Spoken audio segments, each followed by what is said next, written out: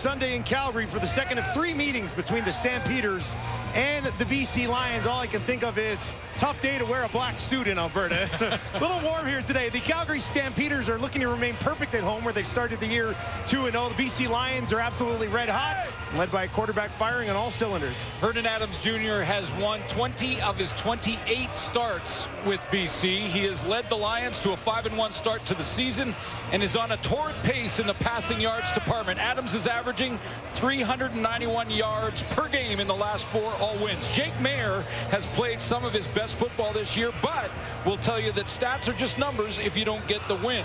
He's thrown for over 300 in 2 games. One was the Lions early in the season. Didn't get the win in either. Dave Dickinson's 2 wins at home this year over Hamilton and Winnipeg. They are winless on the road. That does not matter today. And Rick Campbell and the BC Lions roll in here on a 5-game winning streak, a winning streak that started with a 26-17 win over Calgary in their 2nd game of the year. It is a high-flying offense for the BC Lions, and a high-flying offense that will have the ball to start this game. Calgary deferred after winning the toss. BC said, let's give it to VA to get things started, and get things started we've done as this is booted away. It'll be taken at the 15-yard line by Terry Williams. Williams a little stumble and is tripped up just outside the 30, a return of 18 yards. Well, Vernon Adams has a winning record versus Calgary at 7-4 and is 37-20 in his career in the CFL as a starter. This is game number 100 for Vernon Adams. Was patient along the way to put himself in the position he's in now.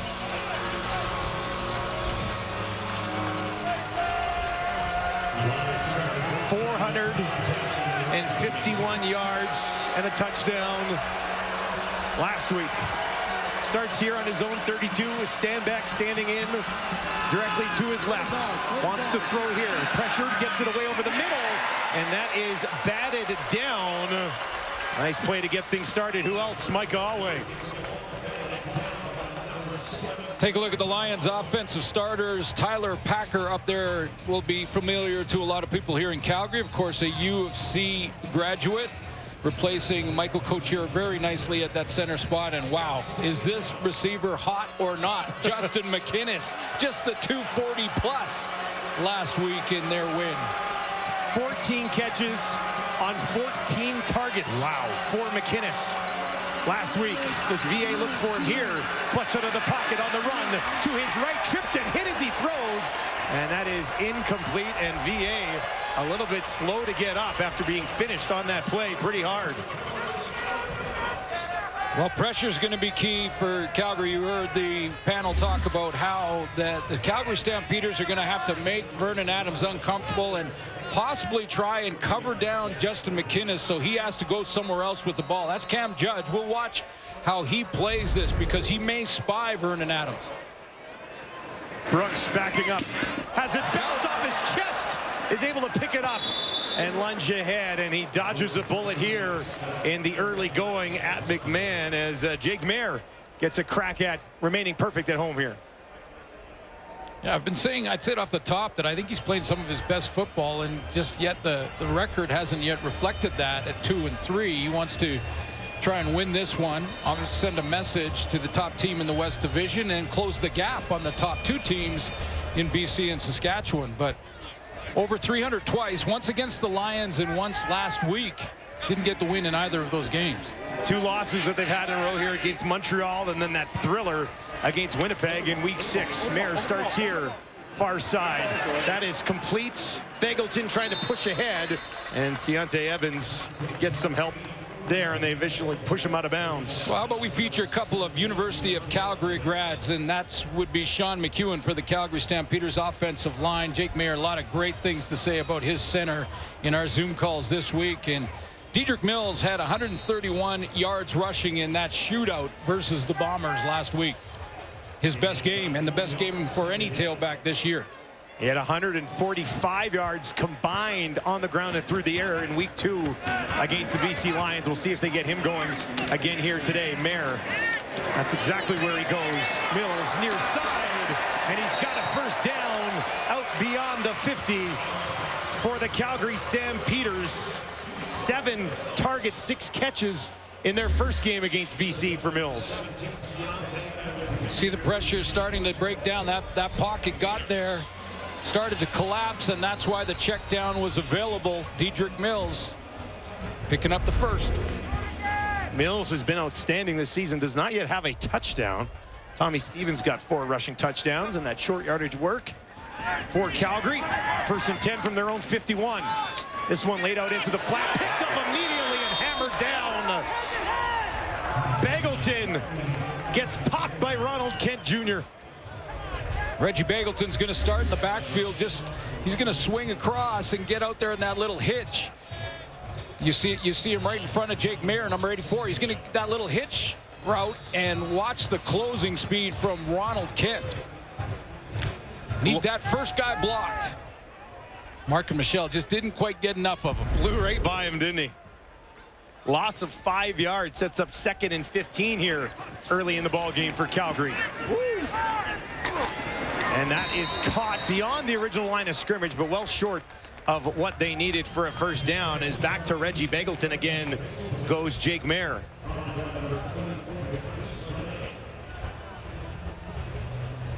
Reggie Bagleton, guy they certainly want to get going.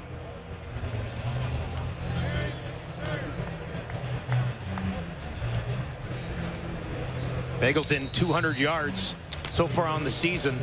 3 catches already in this ballgame. Cody Grace out for the first time today, and a 3rd and 8.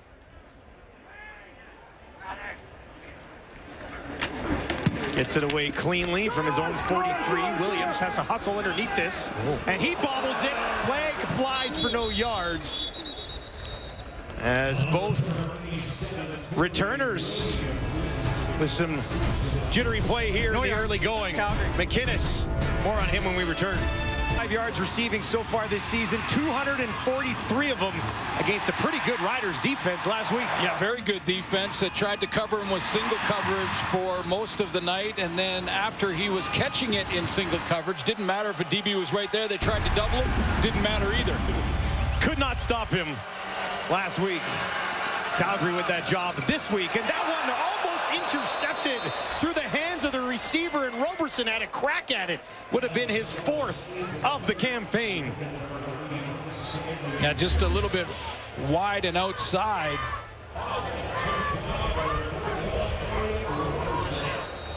Again, the hit screen trying to just get a little rhythm going, and that goes right through Roberson's hands.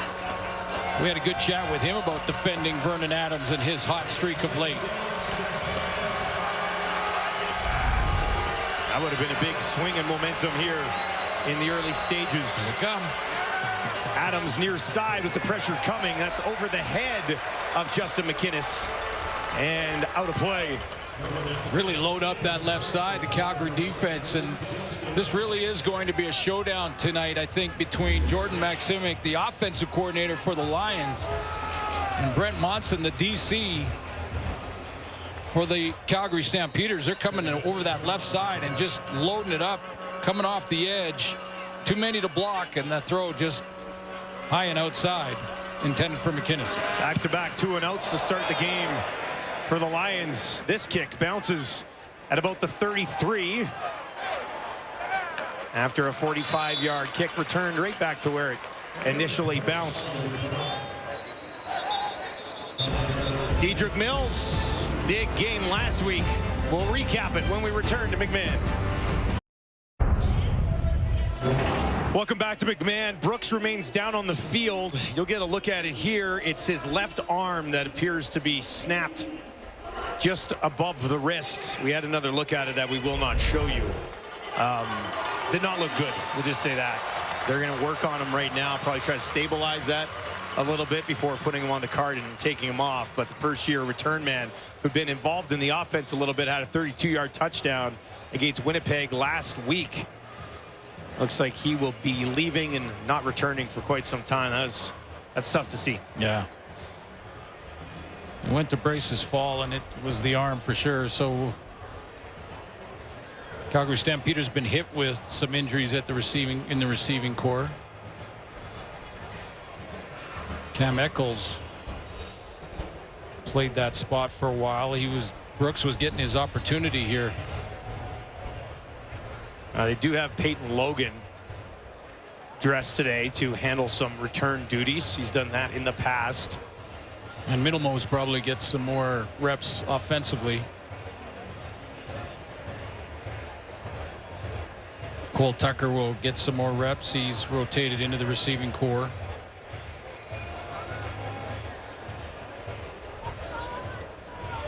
Yeah, Tucker's got 4 catches already this year. Middlemost hasn't caught a ball yet this season. And then, of course, you got Philpott, Begelton, and Markin Michel. And Clark Barnes, who's had a real nice start to the year, 224 yards for the 24th overall pick in the 2023 draft. Brooks is now sitting up. They called for the cart right away, and I saw him moving his legs, and I was like, okay, so this is not a lower body injury that requires a cart, but as you can see, yeah, it's stabilized. And yeah, immediate reaction from those around him. Were calling for the trainers from the sideline.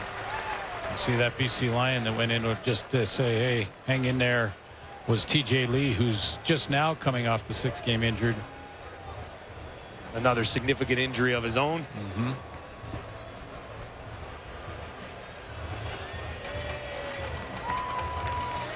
24-year-old Eric Brooks being carted off with a significant injury to his left arm.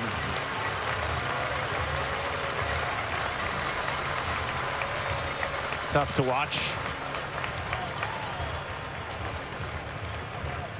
Great touchdown too last week in that game against Winnipeg, as Jake sort of just laid it up to him right side of the end zone, and he got him behind the defender, made the play on it. It was a big moment for Calgary too, as they were responding in what it was a game that kind of just got carried away offensively. So a big loss both on special teams and on offense for the Calgary Stampeders.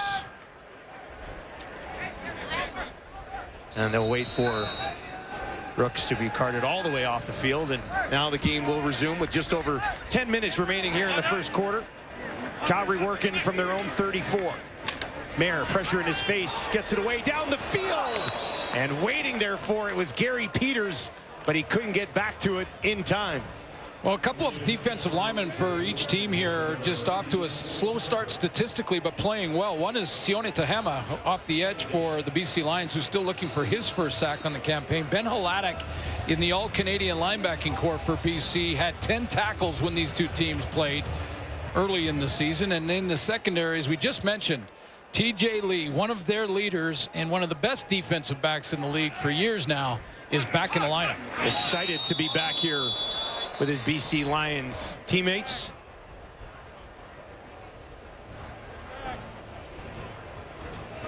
Just a great leader back there, a guy who's off, I've said it before, but reminds me of his coach, Ryan Phillips. Well, BC's done a good job over the last 3-4 years. Procedure, Calgary, number 67. 5-yard penalty. It will remain second down. In the fact that they've kept veterans around.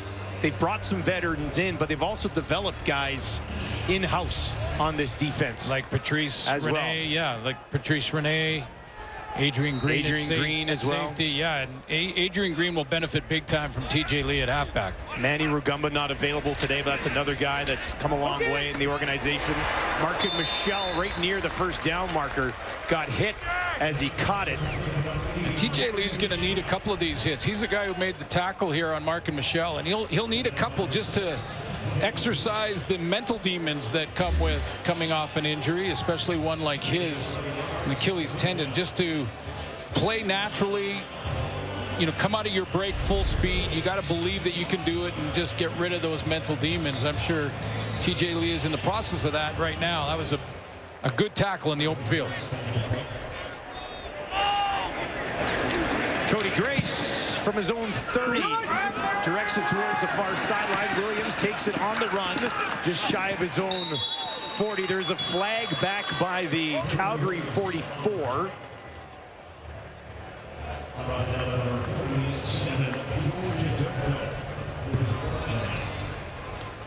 While the ball was in flight, holding, BC, number 45. It's a 10-yard penalty, first down.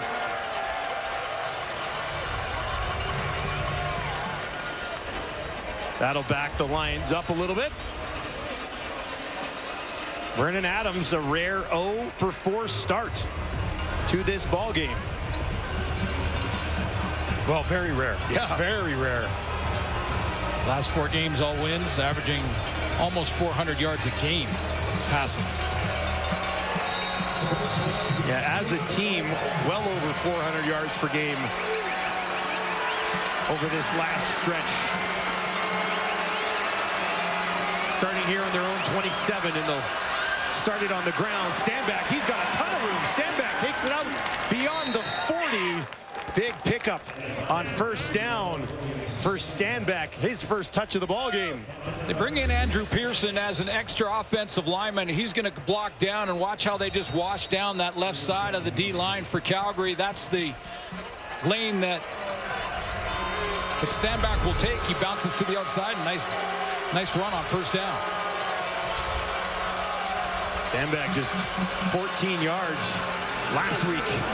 Now they'll get it into the hands of Mackey, and Mackey powers ahead, and he's got a first down, or close to it. Yeah, first down for the Lions there. The other guy that you work with all the time, Dwayne Ford, is a fullback, or was a fullback as well. And I'll tell you, fullbacks have one move. When they get the ball in their hands, they have one move. Show you, watch David Mackey get out here. Big fullback, plays tight end, does some short yardage. The one move is lower your shoulders and go hit somebody. That's your fullback move. Got him the first down. Lions up to the 53. Stanback again, picks his way to the line this time, and another first down on the ground for the visitors. That's a good run up the middle now. This time just kind of changing up how they're using their backs and where they're attacking. The first one was a bounce play for Stanback. Jordan Maximic figuring with an 0-4 start passing the ball. Let's get that run game established and then maybe go to play action from there. This matchup between Jordan Maximic and Brent Mons is going to be interesting tonight. First time we've seen some momentum in this game for either offense. Adams dumps it out. Is that going to be intercepted? No! Instead, it's caught by Stanback. Oh, that was close. VA maybe getting away with one there. That's an opportunity a defensive lineman doesn't get very often. But play action to a screen, and Charles Wiley had a chance at it. Ball drills for Wiley. He's got to get with the DBs for at least one practice this week and work on those ball drills. Hit him right in the hands. Got to work with fellow lineman Clarence Hicks, who actually has an interception already this season. Only a yard when it's all said and done for Stanback. 2nd and 9. Adams looks to his left. Now he's going to throw. Hit as he heaves one down the field. And there's a flag down the field. He was looking for Hollins. Hollins really didn't have a play at it. Well, you can look at Pass Hollins' interference. jersey. Calgary, number 35. Spot of the foul, automatic first down. Tyler Richardson is playing for Demario Houston on the corner. That was a game time decision. They thought that they may get Houston back in the lineup. They couldn't. He had to be a scratch. So Tyler Richardson, you know that Vernon Adams is going to test him deep. And I was going to mention Holland's jersey ripped off his shoulder pad is a good indication that there was some grabbing and clutching going on. Tough to hide that one. Dave Dickinson reaching for that challenge flag, but not going to do it. Not going to do it. The edge of the red zone for the first time today. BC 55.6% efficiency inside that red zone. Stanback pushing ahead. Alway in on the tackle. Big part of this Calgary defense. Julian Hauser is out. Clarence Hicks will play for him on the defensive line. Mike Rose, by the way, is the other guy still looking for his first sack, which is 3-time perennial All-Star in Rose. I want to watch tonight how Cameron Judge either spies Vernon Adams at times or maybe widens to help out on Justin McInnis. We'll watch that tonight. And Tyler Richardson, as I just mentioned, he's in the lineup for Demario Houston on the corner. 2nd and 4 for Adams from the Calgary 14. Looks to his right, throws in that direction, has a completion, and they got a touchdown as he puts it in the hands of Stanley Berryhill, and that is his first Canadian Football League touchdown. A fastball from Vernon Adams. He had to put something on this because there was a DB coming downhill. I'm not sure what number, but watch how he just rips this out there to the wide side of the field. It was Stats coming downhill. Nick Stats had a crack at it, but Vernon Adams with that fastball to Berryhill, and the Lions' first major of the night.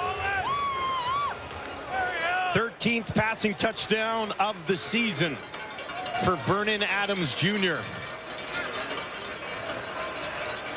Sean White steps up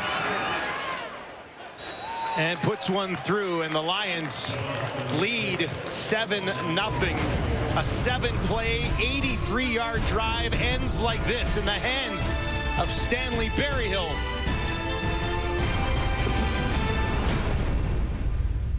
To the wide field here, and watch the mistake made by Nick Stats when he breaks to the football. It's all about angles here. Number 8 sees the throw. Now he's got to not cut under, not be too high, but go right for the shoulder pad of Berryhill. So if he misses the ball, he actually gets the receiver and makes the tackle. He went too high. That angle was off by about a yard, and Berryhill crosses the goal line. And it hesitated there briefly too, didn't he? Well, he thought he was going to intercept it, but Berryhill was in front of him, and the angle was off. Logan takes this the edge of his own end zone. Returns it out to about the 25 before he is stopped into the game, of course, due to the injury to Eric Brooks earlier this evening. Well, now we wonder, can the Calgary Stampeders keep pace with the BC Lions? Offside, Offense. BC, number 44. 5-yard penalty, will re-kick. They are going to re-kick.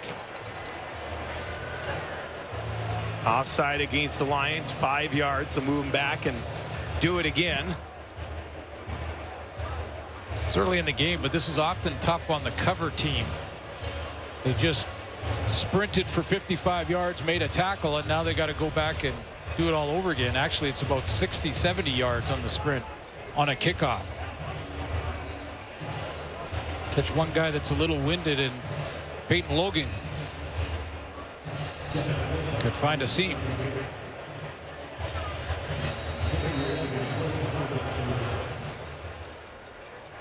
Logan waits, this time on the 5 as Flintoff will get set to boot it away again. Logan last time had the backpedal, sort of bobbled it. Good kick again. This time he takes it just inside his own 5. Got back to the 25 last time.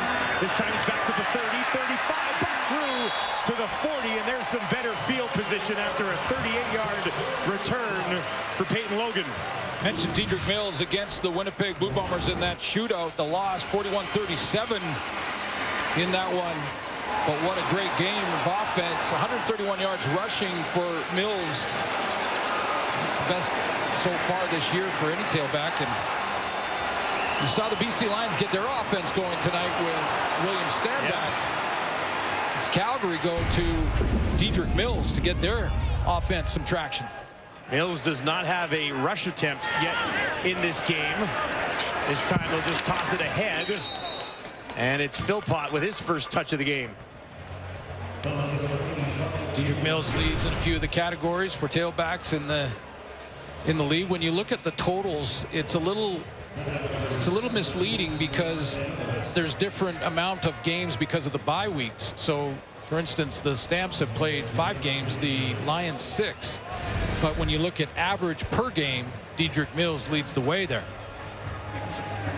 Deontay Evans is down on a knee, getting looked at. Bounces back up. Let's take a look at it. Just a fly sweep there to Jalen Philpott.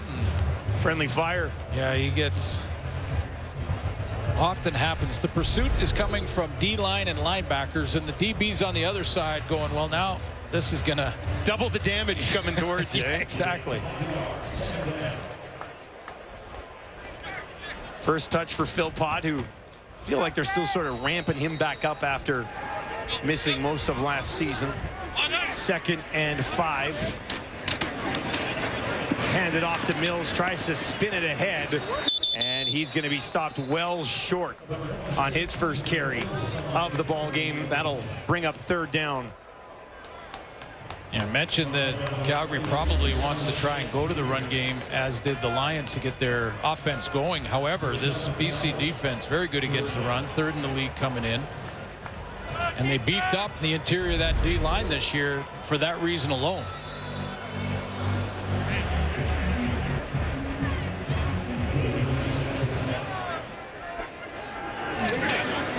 Grace hangs this one up there.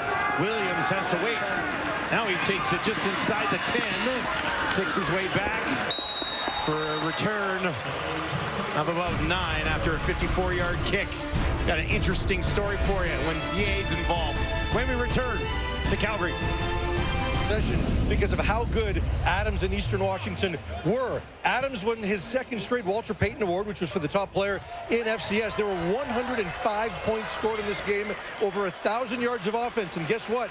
Roberson's team did, in fact, score on every single possession. Adams' team failed to score on just 2 of their possessions. As a result, they lost that game earlier in their career when the 2 guys met here when Vernon was with Montreal and Trey, of course, was here. Yeah, Trey chirped him a little bit about it, but since then, they've become very good friends. Also of note, Illinois State, another famous quarterback from there, Kevin Glenn.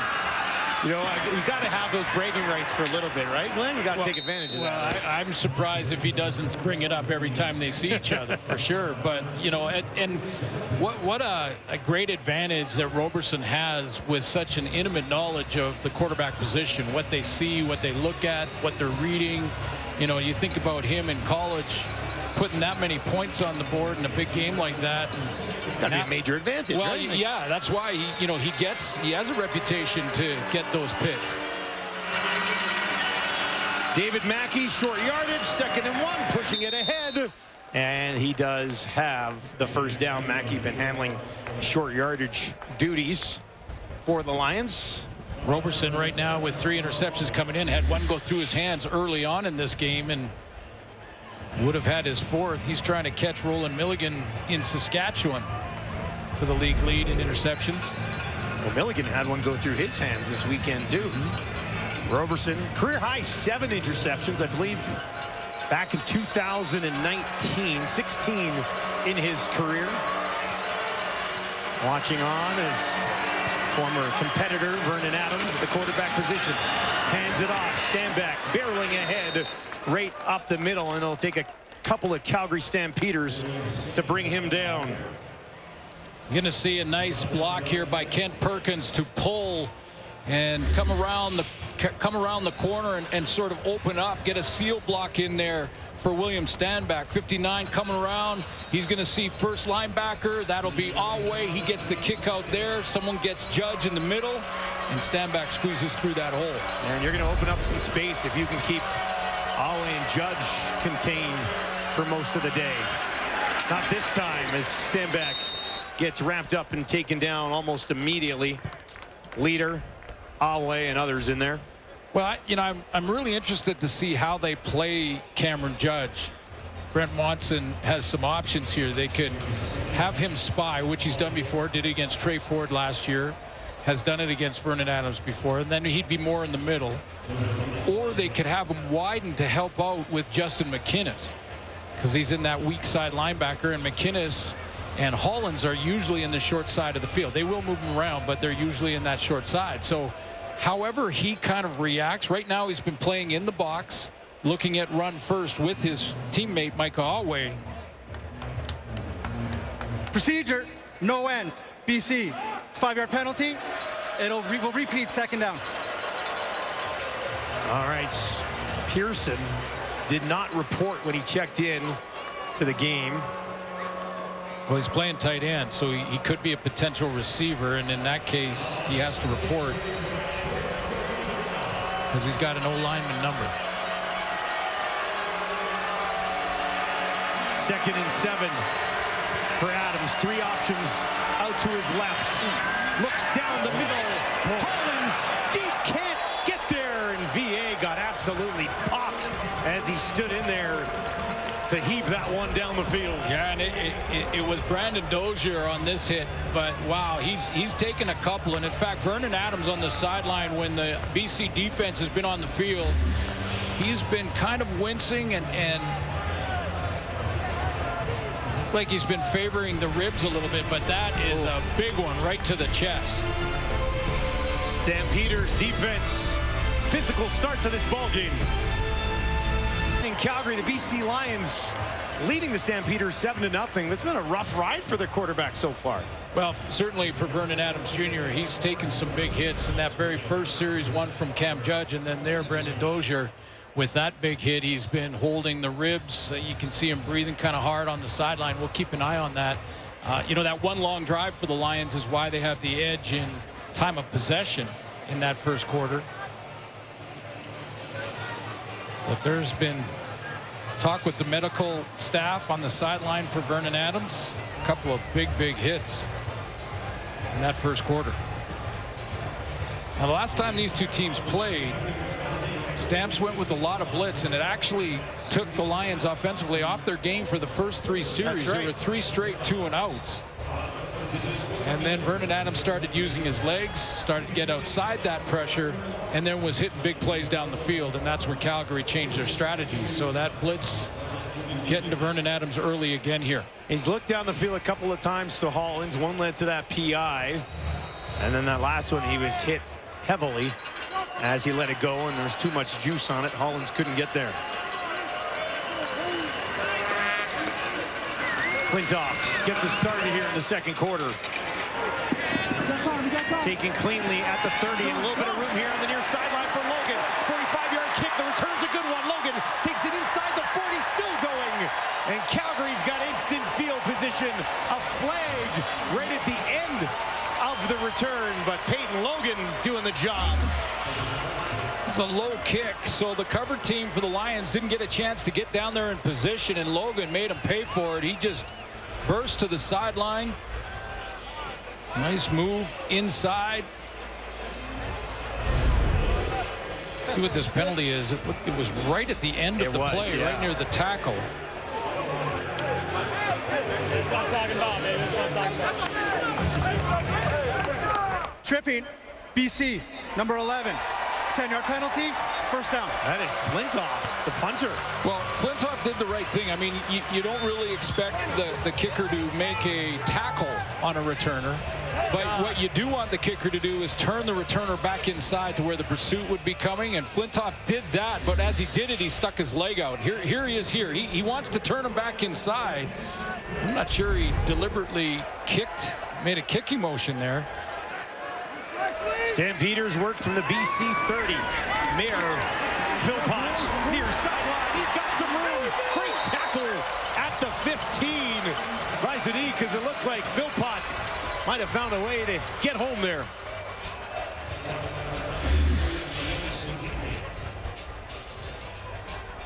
I asked Jake Mayer this week. I was in the middle of the question saying, hey, is Jalen Philpott? And he goes, yes. Big time confidence boost over the last couple of weeks, especially, I mean, we've been seeing it in practice for a while, but after a big play last week versus Winnipeg, his confidence is high. Jake Mayer has started this game 7 of 8. This time they'll hand it off, and Mills will take it down just inside the 10. Well, next man up mentality here for Calgary with Brooks going down on an injury. It's Peyton Logan who puts them in prime field position. Now can Jake Mayer and the offense take advantage of it? Been about 65% in the red zone this year.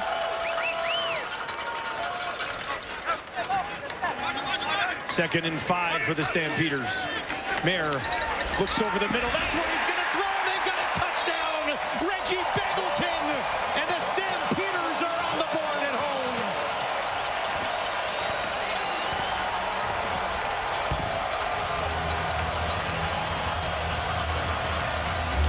First of all, the protection excellent for Jake Mayer to stand back there and wait for Bagleton to cross the face. You see from right to left. Crosses the face of Patrice Rene, the Sam linebacker. He was the number 3 receiver.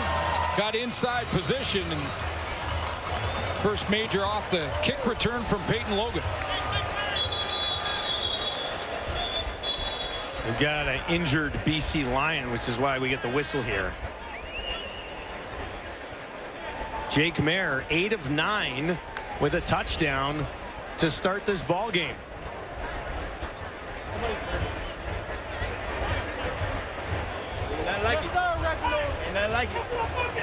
Give you another look at the route here from Reggie Bagleton. Just a nice inside route here. This is a trips formation. 3 receivers to the wide side of the field, which means that Sam linebacker, Patrice Rene, is in man-to-man. The safety is too high. Adrian Green looking for the deeper seam routes to help out there. Reggie Bagleton has a one-on-one.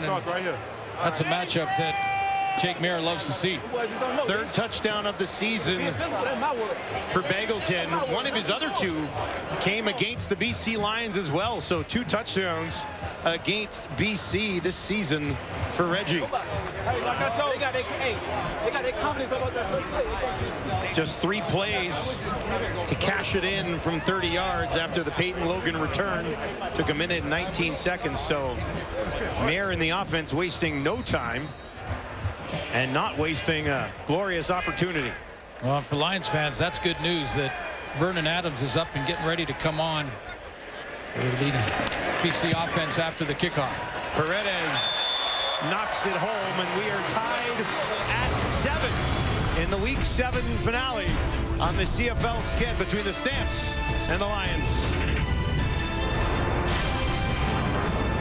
The Wall of Fame at McMahon Stadium. Should be a great atmosphere here for Wally Buono, shouldn't it? Well, it's Wally Buono night. Let's just crown it as Wally Buono night, and yeah, we'll have him up here in the booth in the 3rd quarter and a chance to congratulate him personally. All-time winningest coach in Canadian Football League history. Started here in Calgary. Also coached the BC Lions to a couple of championships. 4 in Calgary, 2 in BC. Only way to do it with the Lions in town. Here's Williams to the 20. Made one man miss. Then he gets wrapped up and taken down. There's a flag just inside the 25 on that return.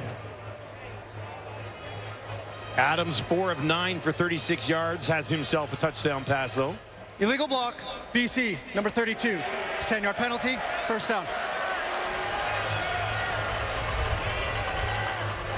I would suggest he's off his pace. A little bit. Calgary defense doing what they want to do right now. They're riding a little pressure on 2nd down. Seen a couple of 2nd down blitzes.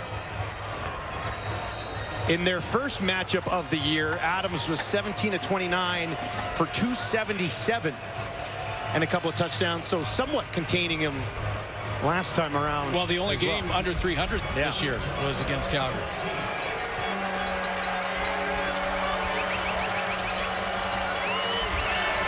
First and 10 on the 13 goes to Stanback, who's taken down just shy of the 20. Let's send it down to Farhan Lalji for a little update on the weather. Yeah, guys, the wind turning into a bit of a factor. It's not the November freezing Alberta wind. It's actually a warm tropical breeze, but it's going some. We saw in that first quarter, Adams had a wide open Alex Hollins and just overshot him. And then the first play of the 2nd quarter, the Lions had to punt into the wind, and that helped set up a hanging kick, which led to the long Calgary kick return.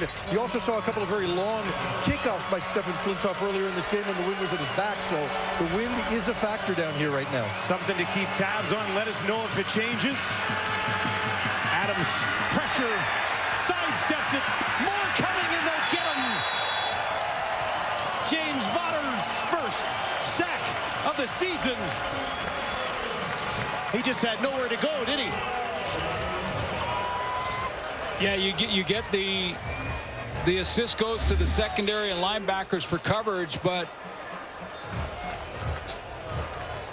see the pressure coming up the middle to get. That's where Stanback has to take his block, and then Vaughters gets there with just 2nd effort. But you know, going back to that win for a second, that's home field advantage. Calgary won the toss, deferred to the second half, knowing that win was going to change sometime in the second quarter. This kick into the wind. Slices through it pretty well. Logan has to turn. Didn't touch it. Now he's going to slide over and pick it up at the 35.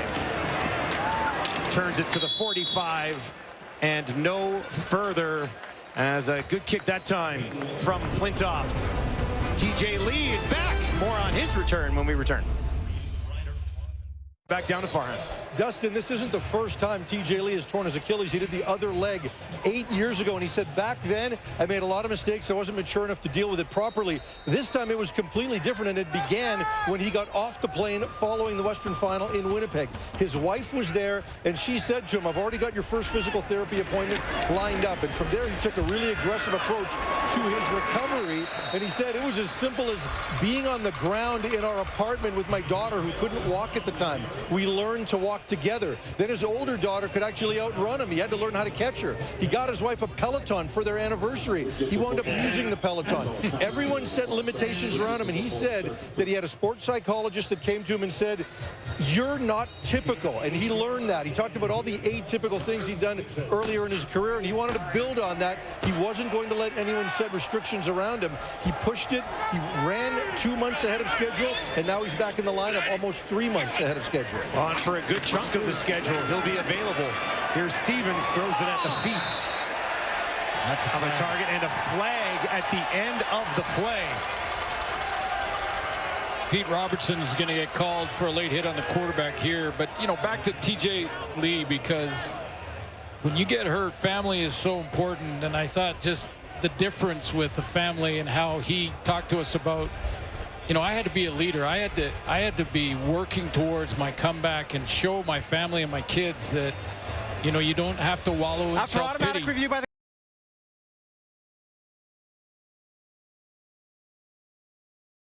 timing was good, but you know, just the family's support of that, to have his wife, Mrs. Lee, come out right away, say, hey, I got your physio set up, we're all set up. Like, he was getting off the plane. This was not a weekend. It'll be third down. We're setting up how we're going to start the comeback trail. This was right off the plane. She knew the routine. She was ready to go to support him. And no time to have any other thoughts, right? Don't feel back to work. Don't feel sorry for yourself. You're leading the family. They're watching, and he did just that. Great to see him back on the field. So it'll be 3rd and 2. And it'll be Grace coming out to kick it away with the wind at his back. Flag as he boots it. Williams takes it at the 10. Back to the 20. Williams spun around and then taken down just outside the 32 by Randall. Procedure, no end. Calgary. That penalty is declined. First down. Well, let's see the physicality Calgary's bringing on defense when it comes to trying to keep Vernon Adams off his mark. That was the first series of the game. That was Cameron Judge. There's another hit from Cameron Judge. And then Brandon Doja. That was the biggest of the evening so far. And he just missed Alexander Hollins on that one. And he's been doing a lot of that on the bench in between series. But back out there again. So, and really when, you know, after the first couple of hits, I think that's when it started. The zip on the ball has been there, so it doesn't look like it's affecting his arm strength. Still just has 42 yards passing very early in the second quarter. Start on the ground again, and stand back taken down immediately. Clarence Hicks, nowhere to go. He's working on Ken Perkins, the right tackle, and he's going to come off the edge here. There's Perkins right there. Now that looks like he's trying to get outside and trying to hook him back in so that he can seal the edge and maybe stand back to the corner. But Hicks beats the block, gets in the backfield, nowhere to go for 31. A loss of 5, 2nd and long for Adams. Down the field, has a completion, another big hit, but there's a flag. I believe it's a hold. against the Lions. I think that's going to be on Kent Perkins again. It's the same matchup. Clarence Hicks getting up the field here on this pass rush. BC, number 59. It's a 10-yard penalty. It remains second down. This time it's a straight pass rush, and in fact, the Calgary Stampeders just 3 down linemen. They're just going with a rush of 3, so they got 2-on-2, but Perkins gets it around the neck and shoulder pad area of Hicks. He draws the penalty flag. Boy, McInnes took a pretty heavy shot there at the end. I think he ended up heading over to the sideline. Calgary has just decided to come out and make this little bit of a back alley brawl, lowering the boom on a number of Lions so far here at McMahon. 2nd and 24 this time for VA. 4 options out to his left. 3-man pressure. They almost got there again. Another flag. My goodness. Stanback has it, pushing ahead. But this is going to be coming back the other way again. Another hold against the Lions offensive line.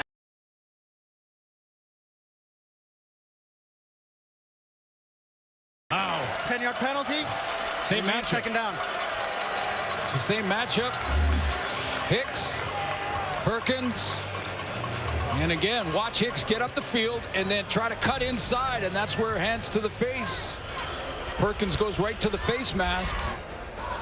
3 straight plays. First, Perkins can't stop him. Hicks gets to stand back for a 5-yard loss, then back-to-back penalties. And now it's 2nd and 34.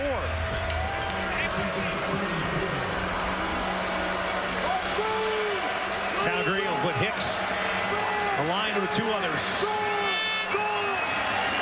Adams, Hollins will try to get some blockers for him, but it will not work. And the BC Lions will be forced to kick it away. It was 7.5 to play in the second quarter. Yeah, got a little room to punt the ball away.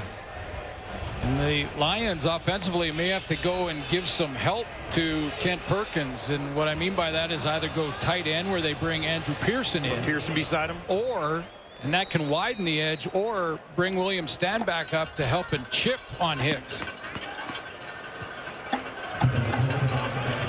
Flintoff into the wind again.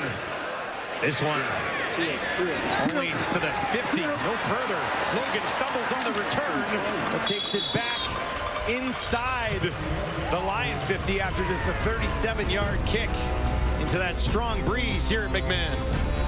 Thursday Night Football presented by the delicious New York Fries is going down next week between the Rough Riders and the Alouettes. Tune in at 7 Eastern, 4 Pacific, only on a TSN. What a way to start the week. The other Philpott. 5-1 versus 5-1. That's gonna be a big one. Kick off another great week of action and what's been an excellent, outstanding, highly entertaining season thus far in the Canadian Football League. Jake Maher's already got a touchdown today. He's only got 1 incompletion. And great field position here from the BC 47. Maher. Flag as he throws, goes to Mills. Mills is going to have a first down and a little bit more. But the holding parade appears to continue here at McMahon.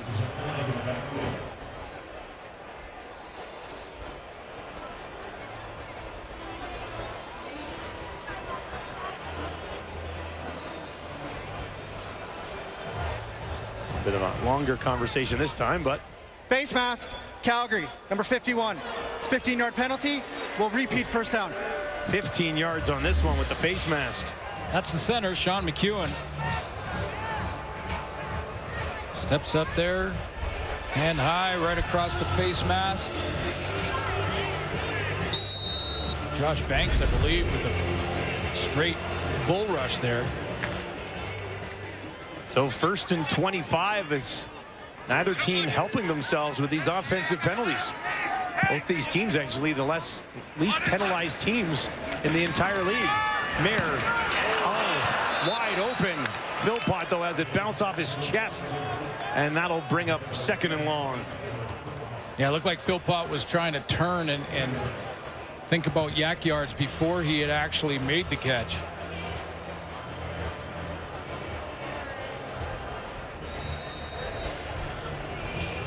You often see in this case screen draw to try to make up some of the lost yards when you got second and a mile.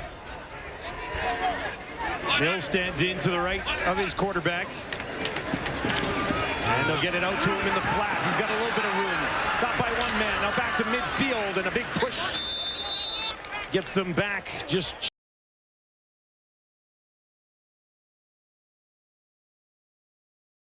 it'll be Grace trotting out here. Would have been asking quite a bit. And about 60 when it was all said and done there. So Grace will come out to punt it away.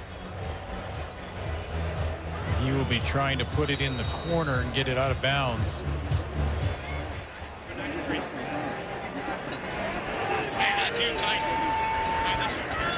Williams waits back on his own 10. 7-7, we're tied here in a Sunday night in Calgary. That hangs up there nicely. Comes down at the 5. Williams, not much room, takes it back out close to the 15 when it's all said and done. You know, when you do the analytics going into this game and you do the numbers going into this game and you look at what Vernon Adams has done, what Jordan Maksimic with this offense has done, it's the #1 offense in the league at 428.7 yards per game coming in against Calgary, who struggled, giving up a ton of yards. Brent Monson's group has just responded. I mean, I'm sure they have heard all week Vernon Adams pace for over 6,000 yards. Justin McInnis can't be covered. You know, all of this offensive talk from the BC Lions, and the Calgary Stampeders said, yeah, that's the challenge. And they've risen to that challenge so far. Less than 5 minutes of play in the first half. Hollins has one.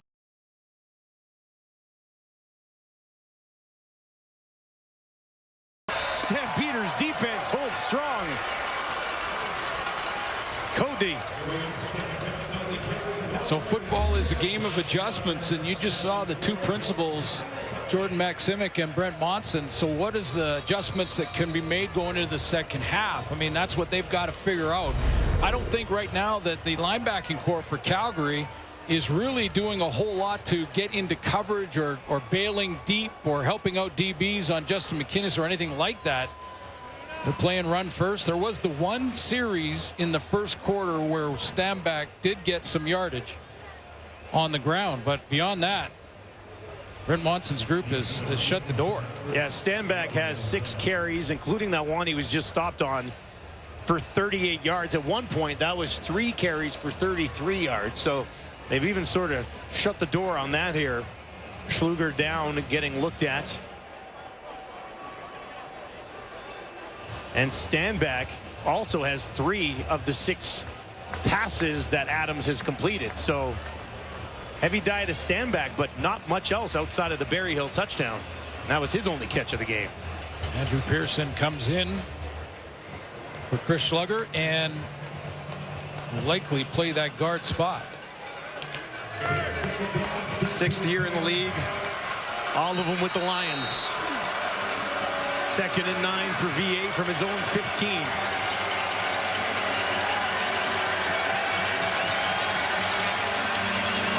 Adams, pressure coming from behind, gets it away. And that one nowhere near Hollins, who found a little bit of space in front of Roberson, but could not get there. Adams feeling that pressure again, wasn't he? Yeah, he is feeling the pressure, and this time it was from the right side of the formation here. I think Hicks was involved again. I mean, Clarence Hicks is making a difference. He's going to step up and eat up the block. In other words, he doesn't have to rush. He comes late, but he eats up that block from Andrew Pearson. Pearson stays there, and the pressure comes from outside of Pearson. Logan awaits this almost on the logo at midfield, so real nice field position possibly in the cards for the Stampeders late in the first half. Remember, with Andrew Pearson now playing guard, that takes them out of that tight end formation. BC, number 11. It's 5-yard penalty. It remains 3rd down. That TJ Lee is coming up. Put this at the 10 after the time count violation.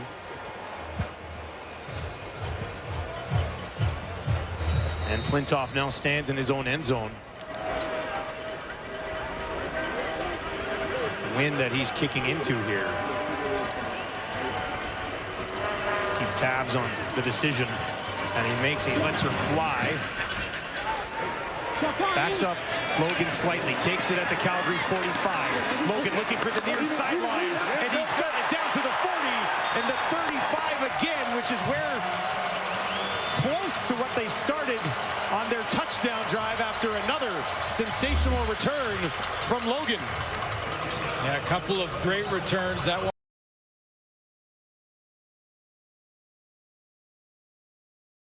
It just feels like, I don't know if it's the heat. Both teams are playing in the same conditions, but there just seems to be some poor decisions, some grabbing. We've seen a whole bunch of holding calls up on the line of scrimmage, something we just haven't seen all season long. I'm not sure if the heat is affecting those decisions for both teams at times.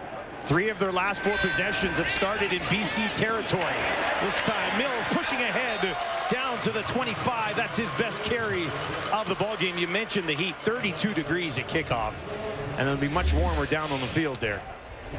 Although a lot of the guys on the roster come from the south, and just like at home here. Yeah, it's like a home game for them. I mean, they're coming from Texas or down in California or anything like it. Now, you live on the West Coast, so I don't know if I need to ask you, heat guy or cold guy. Like, I live in Edmonton usually. I'd rather be able to warm up at -20 than deal with the 35, 40 degrees. You know, that's me. I'm a weirdo. What can I say? Inside 3 minutes. Going into the Wall of Fame. What did you think of the first half, Wally? Come on, Wally. Wake it up. What you got, Wally? Up. Talk to us.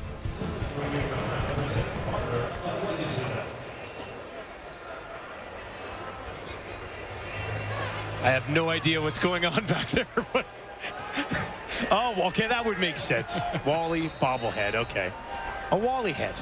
Yeah. Tommy Stevens into the game here. A little Tommy time. 2nd and 1, and the big fella pushes ahead. He's got enough. Looks like it. Well, that's 15 of 15 for Tommy Stevens this year on short yardage.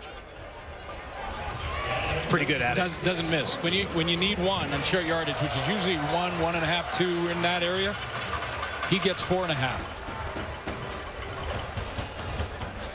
4 touchdowns as well. I mean, you get it 2 yards or close to the end zone, that guy's going to punch it in. And Calgary looking for their first lead of the ball game as we near halftime at McMahon. Mares 9 of 11 has a touchdown to show for it. Has time, looking towards the end zone. Incomplete. Excellent effort from Philpott working against TJ Lee. He held on to it, but the foot had to have come down out of bounds. Well, there were 2 routes coming right at TJ Lee, who was in the deep outside third. He was covering a third of the field deep, and there was Mark and Michelle going straight down the seam, and Philpott over closer to the sideline on that. Just missed it. Short corner route or deep out route, and does the foot come down? Oh, I don't know. That maintains possession. That looked like there was green in between the toe and the white stripe. The previous play is being automatically reviewed by It's automatically reviewed because it's a scoring attempt, scoring play. Now, second angle we had straight on sure looked like that foot was in. Here we go. This is the one. Let's get a look at this. Previous play is being automatically reviewed by Command Center for a potential score.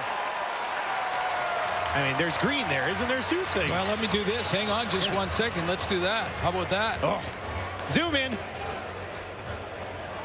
That's pretty clear, I think. What a play. What a play by Philpott. Should be his first touchdown of the year. Defended well by TJ Lee, too. I mean, that was a great play. Yeah, he made a great break on it. And that's what Jake Mayer meant about the confidence level of Jalen Philpott. Kind of hung up there a little bit, waiting for that to come in. And got that right foot down just in the nick of time.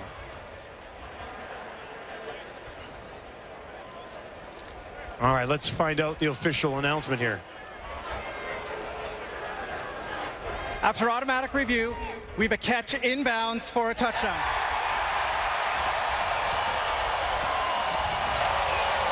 That is their second 3-play touchdown drive of the ball game. This one for 34 yards. Philpott to the end zone for the first time this season. Just outstanding concentration from Jalen Philpott.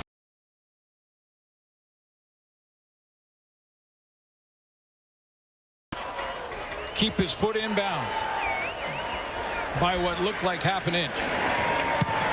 Paredes puts the Stampeders on top, 14-7. Philpott had 3 touchdowns in his rookie season back in 2022. This is his first one since. TJ Lee right there with him. And he knows, Philpott understands that he has to survive hitting the turf here and not juggle the ball at all. He has to maintain possession as he hits the ground. So there's a few stages here. Catch it first, foot in second, and now maintain possession. He does.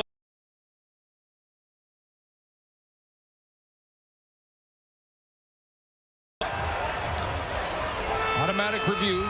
Coach Dickinson does not have to use a challenge there.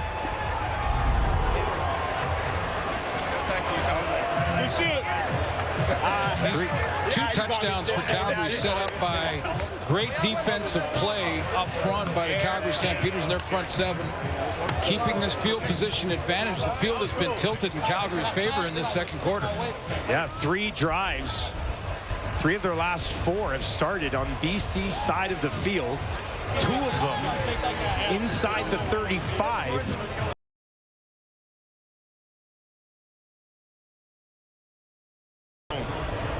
Calgary Stampeders 2-0 at home and have a lead here in their 3rd game at McMahon. Plenty of time here for Vernon Adams, but they're going to have to make some adjustments offensively. The one drive the Lions did have, William Stanback was big time involved in that run game. Paredes hammers it away. Williams takes it at the 1. Returns it back to the 30. Still going, tripped up at the 35. And that is where Adams and the offense will go to work with 2:20 on the clock. Very pedestrian-like numbers for a guy who's been at a superstar level so far this season. Just hasn't had a lot of time. Like, no. Where does he get comfortably sat in the pocket tonight? That's what I mean. Full credit to the Calgary front 7. Drawing penalties, too. McInnes, after having 14 catches last week, still looking for his first one here at the Windy McMahon. 4 options, wide side right for VA. Looks over the middle, throws over the middle, down the field, and that is hauled in. What an effort! Eberhardt goes over the top and brings it in, and just like that, the Lions are in business. Well, this is Vernon Adams just trusting in Eberhardt to win this battle because it's covered very well. There's a layer deep routes again, and Eberhardt goes up over coverage. That's Dozier from that Sam linebacker position. Look at that, just up over the top of Dozier, takes it right off the top of his helmet. 12th catch of the year for Eberhardt. Now from the Calgary 42.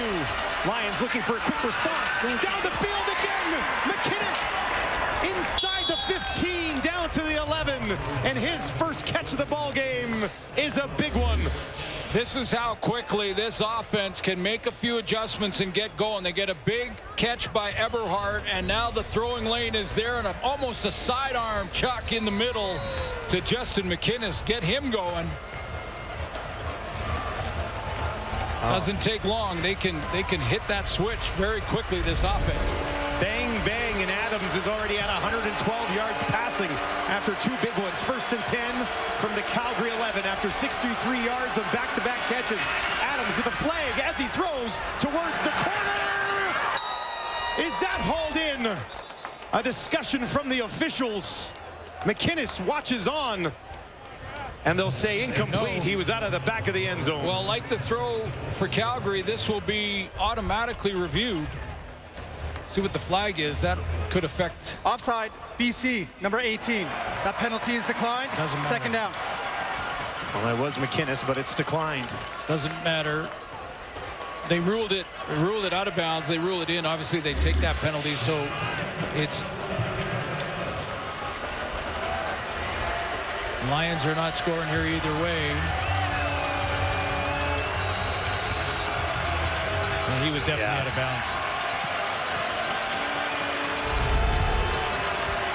2nd and 10. Adams will look to do it again.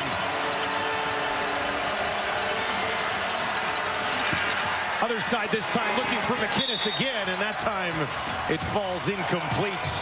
And that'll bring up 3rd down, and Sean White will walk out here looking for his 40th field goal in a row. Yeah, these 2 kickers here tonight have been so boring this year. Perfect. Perfect. Now, there's wind down there. This is a short one, but there's wind down there, and maybe that affects the kicking game a little bit in the 2nd half. But, boy, these 2 kickers have been money. This kick will give him the 2nd longest streak in CFL history if he's able to knock it home. Just an 18-yard chip shot for Sean White, who's a perfect 21 for 21 on the season. That is up, and of course, it is good. So BC, quick drive, but they put some points on the board and a trail by just 4.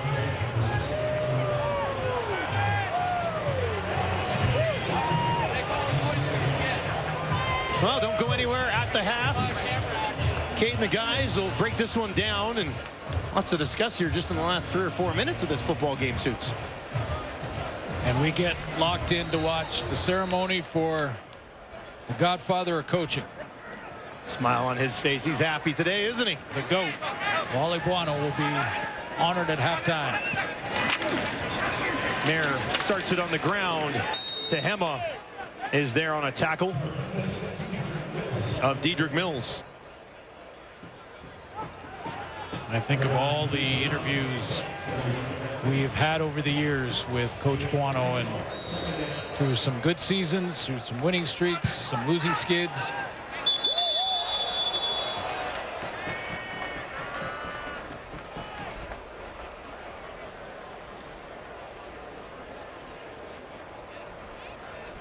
Tehema there jumping through the line. Offside, BC, number 0. 5-yard penalty. It remains 2nd down. I think both coaches at halftime here, and if Wally Buono was one of them, would probably be saying the same thing, which is to both teams is, hey, it's hot out.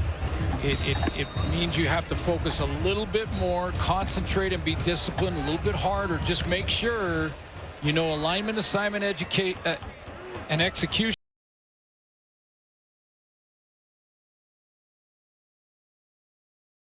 BC already has 8 and Calgary has 5. This one incomplete as Mayer tried to lay it out there for Mills working against Lacombo, and that'll bring up 3rd and 2, and Adams is going to get the ball back.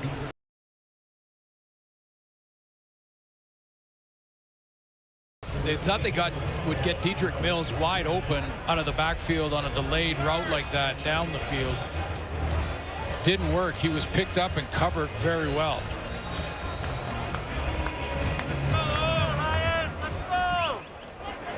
Cody Grace slides in, averaging 47.4 yards per punt so far this season, coming into today at least.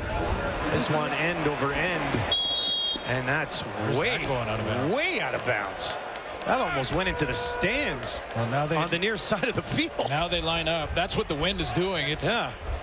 Now that ref is still walking upwards. He's 40-yard line. What was that, a 25-yard punt, something like that? Lots of time for Vernon Adams, at least field goal range is possible. Place it at the 50 here. Illegal punt out of bounds. Calgary, number 24. Also a penalty. 10-yard penalty. 1st down, BC. So walked it to the 40, tacked on 10 to the 50, and just like that, VA's got 64 seconds. The ball starts at the 50. He's got a kicker who's made 40 in a row, but any field goal will be into a pretty strong wind here. Something to keep tabs on. 4 receivers to the right for Adams. Empty backfield.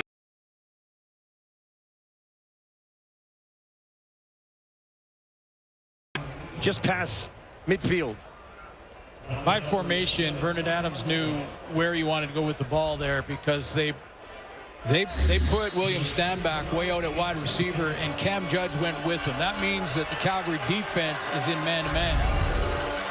Quick throw. Success on first down. 2nd and 3. Adams gets it away again, near side. And that time, Eberhardt held on to by Williams, but they do have the first down with the clock ticking. Timing out. Nice little shake there right at the break by Eberhardt. Timer, please reset the clock to 48 seconds. Looked like they let that run down when they shouldn't have. Timer, please, thank you. 3rd catch of the game for Eberhardt. Leads the team with 45 yards. Guy who played in college with Josh Allen. That's okay. From the 47, Adams over the middle, down to the 40. And that's pushed ahead. As for the first time today, he gets it to Poisson. 35 seconds. Take a shot here to the end zone. Just the 2nd catch of the season for 74. 3 or 4 more plays. From the Calgary 36. Near side. Big hits. Ball pops loose. Hollins had it. Richardson had other ideas. Really did. This was a case of Tyler Richardson separating the receiver from the ball. I mean, he has it in his hands. He wraps up, and that hit just pops the ball right out of there.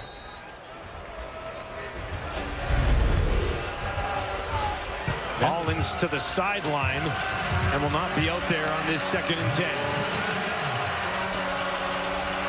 Stanley Berryhill to the top of your screen. Eberhardt on the near side. Adams steps up in the pocket. On the run now under.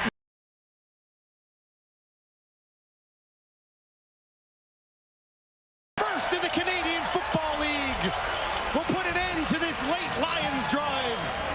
First quarter, I was talking about what they might do with Cameron Judge. Brent Monson right here is going to spy the quarterback in Vernon Adams with Judge. He's done this before. He sneaks up in the middle. He's not going to blitz or drop back in coverage. He's just there to spy the quarterback. If he takes off and runs, he's going to track him down. That forces the poor throw, the bad decision by Vernon Adams. He throws it into coverage, and right there is Tyler Richardson to rip that down for his first interception of the season.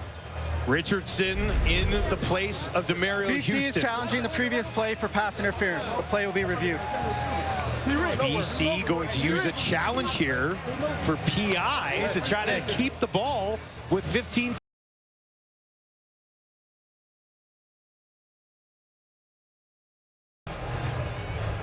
Get a look at this.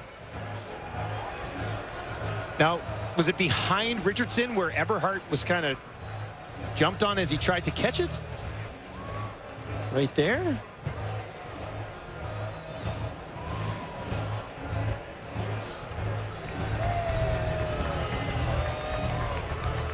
Campbell pacing the sideline.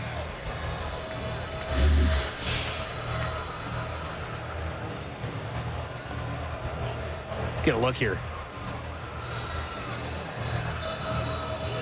Richardson's fine. He's playing the ball the whole way, so it would be in behind him. And that contact would have had to happen early. It's right up at the top here.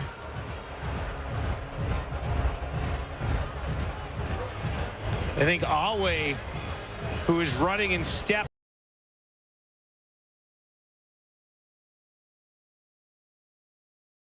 I have, though, is that Richardson intercepted the ball without being part of that.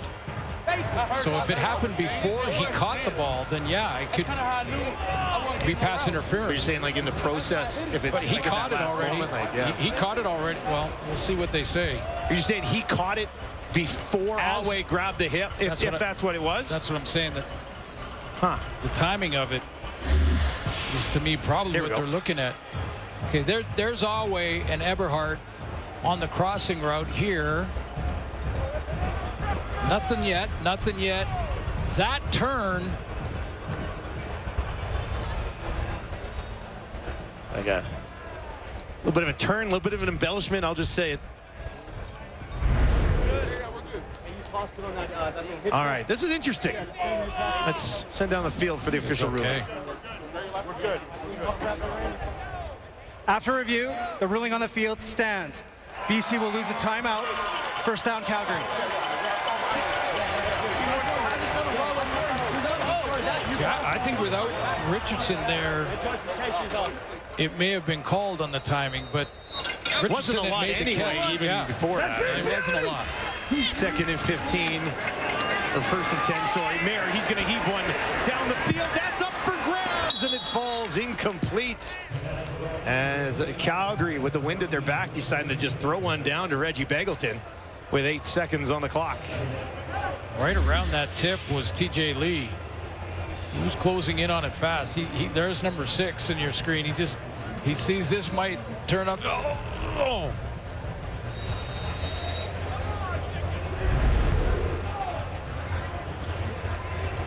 Just the 4th incompletion of the game for Mayer.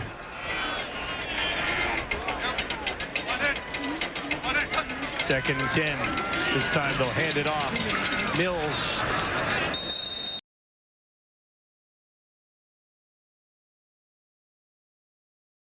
Three seconds on the clock. Well, now you get to the tablets. Halftime, you go look at what exactly, if you're Vernon Adams, you're looking at what exactly Calgary's doing defensively. A couple of late spies on Vernon Adams. That one we saw that Cameron Judge tracked him down, forced that interception throw.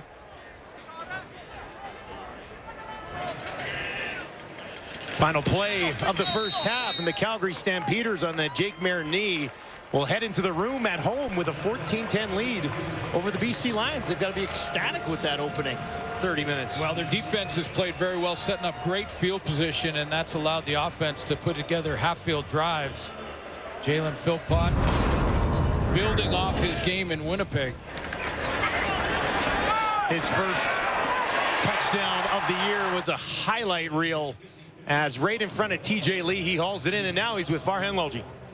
Jalen, I know you've been anxious to get into the end zone. Did you know when you caught it you were in?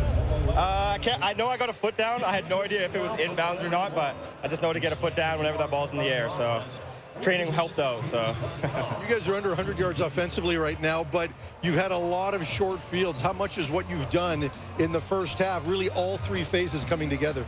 Yeah, exactly like you said. You know, when we came in this game, we knew we needed to dominate it on all 3 phases. Offense, we got to put some more work in, but defense is doing awesome right now. They're saving us. Special teams, punt returns, they're doing awesome right now, so we just got to play a full 60 today. Jalen, thanks for this. Appreciate it. Saskatchewan, Calgary right now with almost half the yardage of the BC Lions, but this action coming up. The Calgary Stampeders leading the BC Lions 14-10. Lions offense got to get going. Farhan Lalji standing by with Justin McInnes. Justin, you've had some big first halves in the last couple of weeks. What was Calgary doing differently to take you out of that one? Absolutely nothing. We were out there beating ourselves. You know, I went offside, a lot of mistakes, a lot of penalties. We just got to execute at a higher level and like our chances. How much of a factor has the heat been so far in the second half? You'll still be in it, facing it, versus Calgary that'll be in the shade here. Yeah, I mean, that's nothing. That's just football. It's adversity. It doesn't matter. We're here to play a football game. We don't care about the heat. We just got to go out and get this win. Thanks for this. Thank you. Well, what a halftime ceremony. Everybody was just locked in watching that.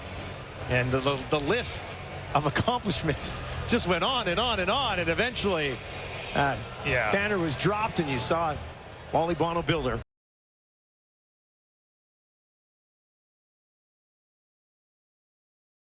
Two with the Lions. And what a great video tribute. Heard from Doug Flutie on the video tribute. It was an outstanding halftime. Congratulations to Coach, and hopefully we get him up here. He's going to try to make his way up to us, but it's going to be, I mean, good luck. Good luck. We're hoping to connect with him at some point here in the third quarter. Hayden Logan, who's had a couple of nice returns, remains back there with Eric Brooks leaving the game in the first quarter with an injured arm. It's been Logan ever since. He's done a pretty decent job. A couple of good returns have got them into pretty solid field position, which has led to touchdowns. Flintoff gets us going, and the second half is underway. Look at that ball hang up there. Logan takes it, picks his way through and out beyond the 40 before being pushed out of bounds. Well, take a look at Jake Maier's numbers. They weren't jumping off the page by any stretch of the imagination, but his completion percentage high, couple of touchdowns. But keep in mind, there hasn't been a lot of yards simply because of the field position the defense has provided. I mean, that BC Lion offense was hurting themselves with a ton of penalties, going backwards at times, and the field was really slanted in Calgary's favor. No interceptions. Yeah, no, right? Two no touchdowns, picks. no interceptions. Calgary will have the win here in the third quarter. 21 of the 24 points scored in this game coming with the wind at their back. Pretty strong wind going right to left on your television screen. A completion there from Jake to get things started. He goes back to Philpott, who had one of the two touchdowns for Calgary in the first half. Just great to see Jalen Philpott kind of living up to expectation. I mean, we all know he and his brother were going to be great players in the league. And he had some injury issues that he's fought through. 5th overall pick in 2022. Brother lighting it up out east as well. And, you know, Jalen's got that in him here as well.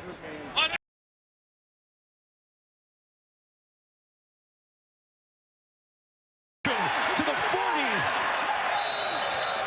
Jake Maier moving the ball quickly. This time he gets it to Cole Tucker for the first time today. Moving the ball quickly and moving safety Adrian Green one way and then going back the other. Watch Jake Maier. He stares down the safety, goes back, and then flips his shoulders around to go right over the middle.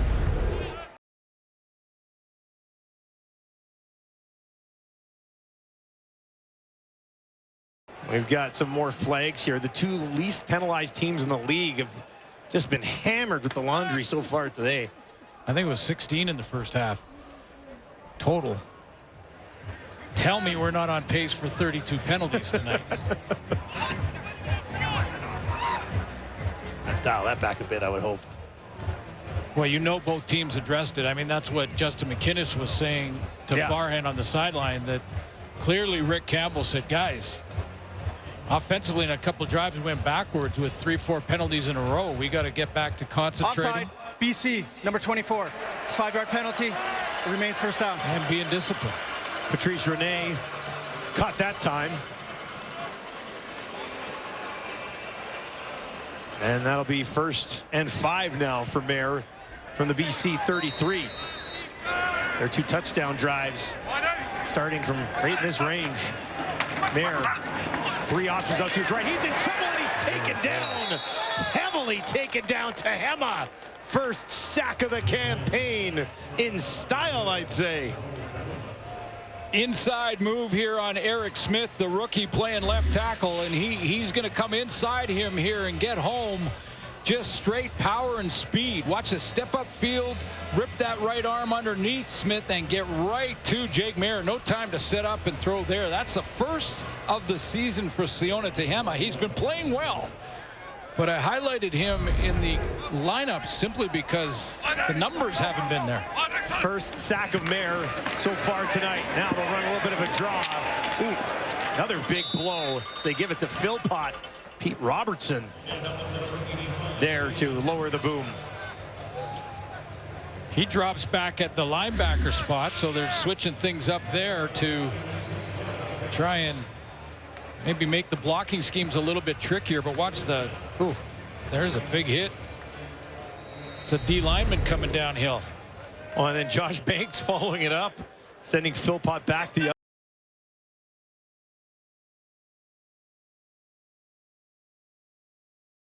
In a row, going back to last year, 16 for 16 this year, and that one is up with the wind at his back. No problem there.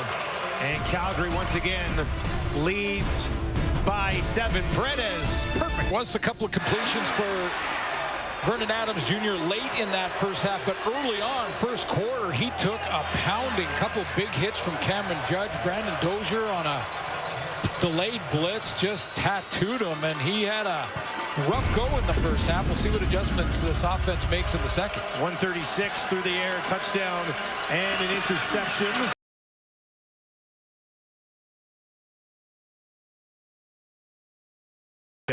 Went over the hands of Eberhardt, and Berryhill was waiting. Just shy of a first down. That was in front of Tyler Richardson, who has a first half interception playing for Demario Houston at that wide side corner. And late in the first half, that's exactly where Vernon Adams went, 3 or 4 plays in a row. Either Eberhardt, Barry Hill, or Hollins. Mackey in the game, short yardage, takes it around the end and pushes it home for the first down. And BC close to midfield here on their first possession of the second half.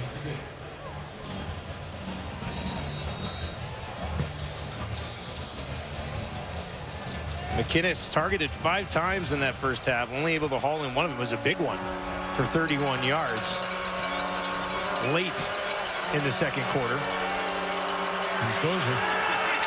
That gets picked up. Adams now steps around it, and VA's going to take off in the run. He'll get to the 50 and then slides out of bounds at the 46 with everybody bearing down on him. That goes under the category of a really good decision by Vernon Adams to get to the sideline. The guy that was bearing down and was closest was Micah Awe with a full run. First of all, that blitz from Dozier was picked up nicely by Standback, but Votter's chasing, and there's Awe, and that's a real good decision. That's a guy Vernon who's Adams. taking some punishment already in this game, isn't it? Mackey, short yardage again. Keep this drive alive. Stumbles a bit. Like he had enough, and that'll be a first down for the Lions once again with 5 minutes gone here in the third quarter.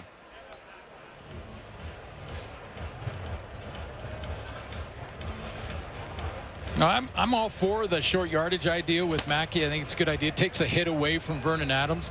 The only issue with it is, unless he can throw the ball, there's no threat of that ever. Exactly. Yeah, I guess the odd time. Well, you want Tommy Stevens will do. You know, exactly. Like, yeah, that's a good point. First and 10 from the Calgary 44. Standback takes that, pushes it ahead, found a little bit of space. He's got a first down, rumbling all the way down inside the Calgary 30. And Standback probably been their best weapon so far this evening. Well, he really kick-started that offense in the first half with their touchdown drive. He got it going just with runs just like this one.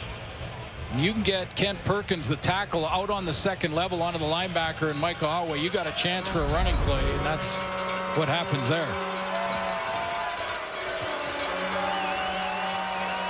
Fresh set from the Calgary 28. Nice start so far for the third quarter in the BC Lions. Adams, oh, nice move. Another one. He's bouncing all over the place. VA doing a little dance, and then finally takes it down to about the 25. He took a little bit of a pop right at the end there. Couldn't find anything down the field, though, could he? He's explaining right now to his receivers, reminding them about the scramble rules. If you have a short route in I scramble, you turn it up and go deep. If you have a deep route in I scramble, you turn around and come back towards me. A few guys zigging when he wanted them to zag. Leaves them in 2nd and 7. So he got 3 yards, creative 3 yards there from Adams. No work from the Calgary 25. 5 options out to the right. Looks to the left. Going up and getting it. Taking a hit at the end of the play was Barry Hill. But he gets the first down. The Lions continue to march. William Standback was the 5th going to that side of the field, and right on the inside, 4 receivers out, 3 more outside of Barry Hill, and then Standback makes the 5th, and they cross all the way to the empty side of the field. So see him flash open immediately, and then the safety coming downhill to make the hit. Bentley Sanders closing quickly there on Barry Hill. Heads off for a breather. 1st and goal from the Calgary 9. BC looking to tie this football game. Adams fakes the handoff. Now goes over the middle. That's close. Touchdown, BC. Justin McInnes gets just enough. And the Lions pull within 1. This guy is so tough to cover. His catch radius so wide. I mean, he is well covered. How do you cover any better than Nick Stats does there? I mean, he's all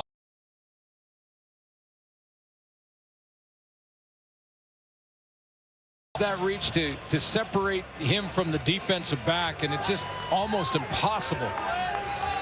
He does a phenomenal job to not have those knees touch. Yep. Like that.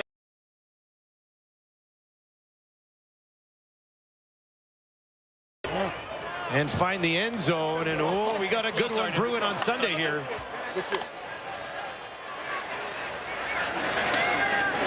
Sean White smooths it home, and we are tied at 17. It's an 8-play, 70-yard drive. That took less than 5 minutes. Played for the Stampeders. You got to be a pretty lucky coach to have those kind of players. And you got to take some credit for some of those players, don't you?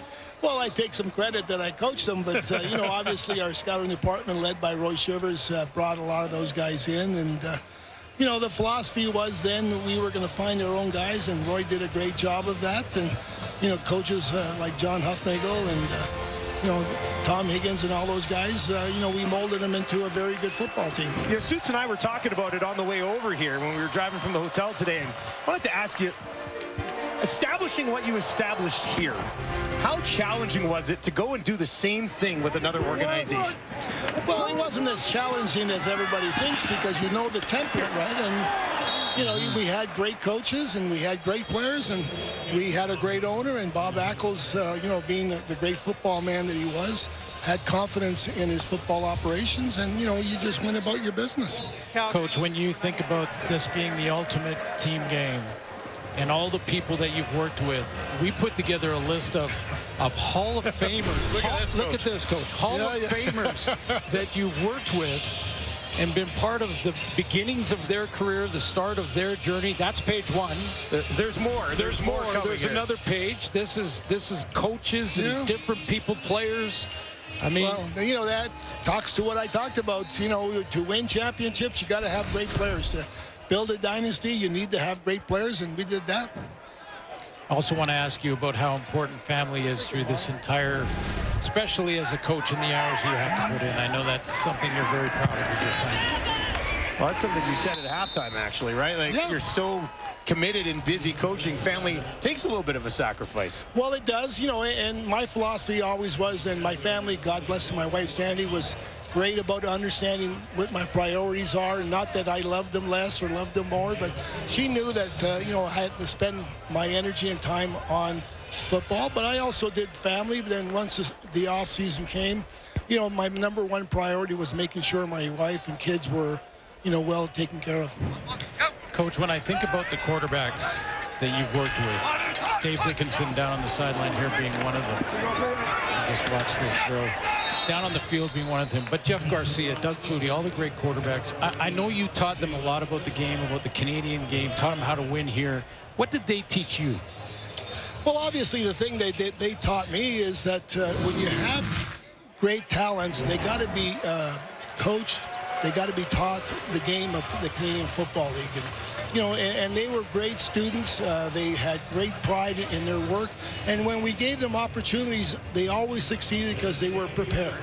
You know, the Dave Dickinsons, the Jeff Garcias, the Henry Burrises, the Travis Lulays, the Mike Riley, all those guys. You know, we prided ourselves in giving the quarterback an opportunity. And when that opportunity came for him to play a real game, he never let us down. And, you know, that was part of their preparation. And, you know, we always felt that, you know, that was going to pay dividends for us. I got one more that I asked Warren Moon. I'm going to ask you in sort of the same way, because it's a tricky one, because I think that it's kind of like saying what your favorite child is, and that's not fair. He's not asking you what your favorite child is. But is there one Grey Cup that stands out more than the others? Well, you know, I've said it all the 5 Grey Cups I won as a coach, they're all very, very special for whatever reason. And, you know, obviously in 2011, 1-6, we have the great run, then we play in BC Place, it's packed. You know, that was very special. But, you know, I'm not going to say that 206 wasn't special too, because we had such a great team. And then you look down here in 1992, Doug Flutie, Alan Pitts, all the great players, you know, they are all special.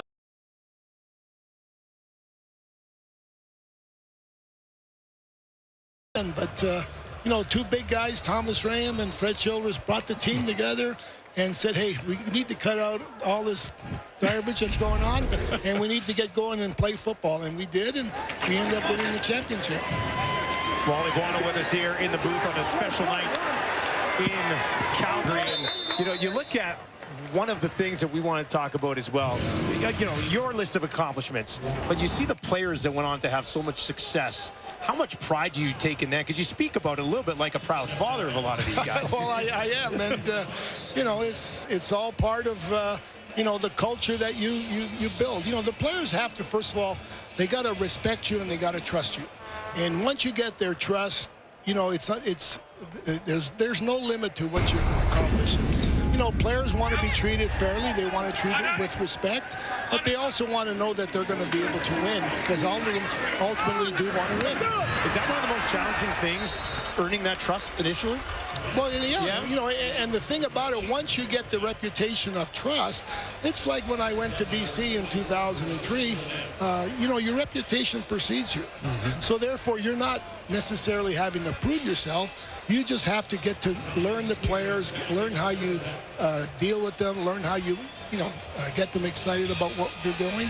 And they understand that you're going to bring in a winning environment. And that's a big, big plus. Coach, I know you're still watching the game. I watch all the games. I know you do. Can't get away. I never will. I know you do. And that's why I want to ask you, because right now, at this point in the season, 75% or something like that of our games have gone to the final 3 minutes. Or the last minute. Exactly. The very last play. Second. That's our game, but that's what's great about our game, is the fact that, it's very competitive. It's very, very entertaining. And it's very exciting. And, the thing, like you said, the quality of play this year has been outstanding. The thing that I'm also very impressed with is the quality of our kickers. Yes. It is unbelievable. I mean, I was a punter, and I thought I had a good average at 40 yards. Yeah, so, that's what I'm talking about. Right? It's exciting football, and it's all game long, and the last 3 minutes are double exciting because of the fact that the importance of the time in the game. And, I know we love the stories of all the Americans that come to our league, and some of them stay in our country, but this is Jalen Philpott. Our Canadian receivers are playing so well this year. Lots of Canadians in every different position. You were part of that with Andrew Harris, though, giving him an opportunity to be a starting tailback. Well, you know what? In today's CFL, there is no Canadian position, American position. Right. Okay, you pick, when they all come, I always said you all come, you're either a Stampeder or a BC Lion. You're no longer a UBC Thunderbird or an Eastern Washington Eagle. You're a guy trying out for the football team. And, today the talent of the kids, and I hate the term Canadian. Yeah, no, I get it. I get it. We can drop it now, really. Yeah, there's great football players out there. Right. The position doesn't necessarily indicate what you should or you shouldn't be, and it's great to see the fact that whether it's a DB, a receiver, a running back, a punter, a returner, there's so much talent going on right now in football. And part of that is, the other day I live in South Surrey, and I'm going to the ballpark, and there's thousands of kids and parents playing flag football. Okay, and I'm saying to myself, this is why these kids, when they grow up, they're talented. They got tremendous skills, and it's unbelievable to see that. Well, the flag football is going to be in the Olympics at some point. And I know a lot of people in the country will roll their eyes sometime when I say, hey, Team Canada in the flag football in the Olympics is going to be a very good team. Well, again, my grandson plays flag football. They go to the States and play in Seattle. And you know what? They compete. They win a lot of games. And at the end of the day, you don't know which team is from Canada and which team is from the U.S. There you go. My son actually starts flag football camp tomorrow for the first time. Any tips, Coach? Here's Mayer far side. Calgary marching here. It's great. It's a great game. And great skill out there, but big skill. Another timing throw from Jake Mayer there, who took over for Bo Levi Mitchell a few years back, and I think playing some great football here. I'm sure you saw a lot of that as well. Not just tonight, but throughout the season. How hard is it to like? I know you're here being honored by this team, but well, I don't cheer for anybody. Okay. When I watch the games, I watch the game as an ex-coach who feels the joy of the victory, but also feels the agony of the loss. You know, so from that point of view, I don't really care who wins, doesn't. Yeah. I'm not going to make more money. I'm not going to not be fired. Okay, but I do have friends on all the teams, and you know, when I watch that, you know, I want to see people be successful. I want the players to play well. I want the coaches to coach well, because it just makes our game what it is. Can you sit back and actually enjoy it, or is the coach inside still going, well, what are they calling that for? Why would you do that? Are you saying, do I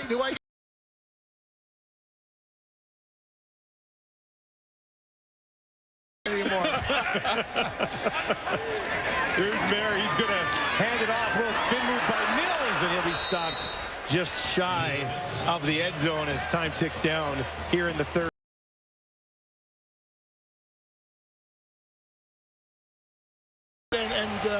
You know, when I came to Calgary, obviously, I was an assistant coach, and then I got the honor and the responsibility to be a head coach. And, you know, our #1 job was to build a team that would beat the Eskimos.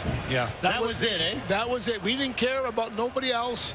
And not that we disrespected anybody else, but we had to build a team that when we went up north, we would take care of business. And we did that.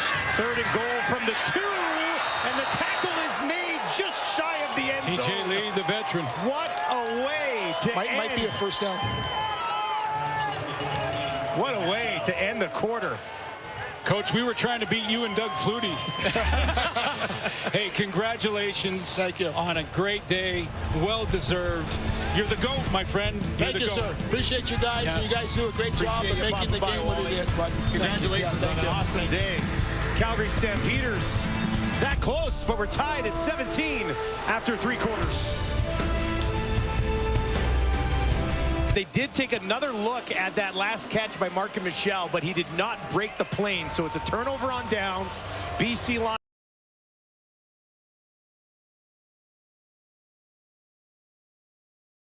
Remarkable finish. The Calgary Stampeders, all 5 of their games this season have come down to the final 3 minutes. And I think 4 of 6 for the Lions as well. Yes, so. absolutely. And what a tackle by TJ Lee on 3rd down. To recognize what Calgary was trying to do offensively and cut them off and get there in time to make a tackle that didn't allow Calgary to cross the plane. That's a biggie. The good news for VA here is that he's got the entire field to work with. This drive starts on the BC 1. Fakes the handoff, turns, has some time, escapes, but there's a flag on the play, and that's all the way down the field. And if this is holding, which it was in the area of a hold, it's a safety. And Calgary would have a safety. Yeah, here. Calgary would get the ball back. It's 2 points. If it's a holding against BC, it's 2 points. Cam Judge is singling a safety right now.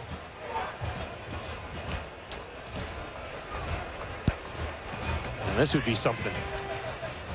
While the ball was in goal, we have holding BC, number 62. By rule, it is a safety for Calgary.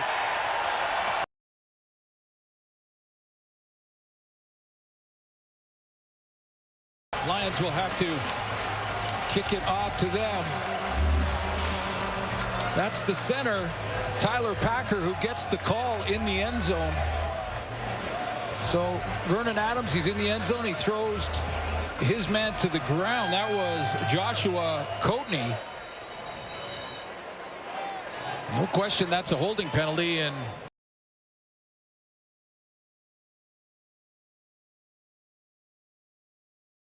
quarter here as Calgary now goes on top, 19-17. Let's go back to that TJ Lee tackle, show you that again. We were talking to the greatest of all time in the coaching department, but just the tackle and to pull his body past Mark and Michel there so that he could pull him without letting him cross the plane. Just a veteran move from number 6. Hasn't missed a beat.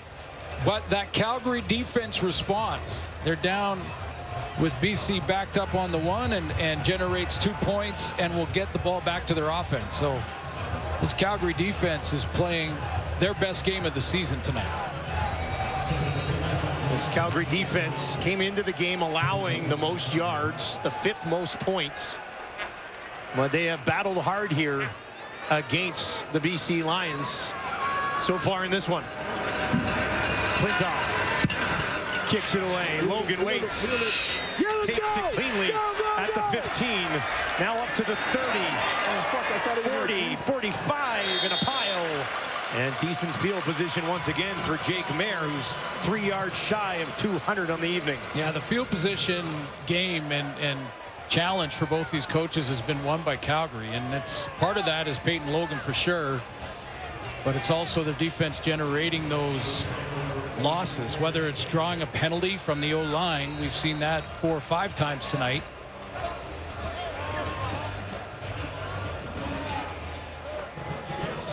Pushing them back one way or another, and Jake Mayer gets good field position once again. Lions have won 5 in a row, looking to make it 6 here in Calgary. And that one, Mills, nowhere to go. Marcus Moore all over him.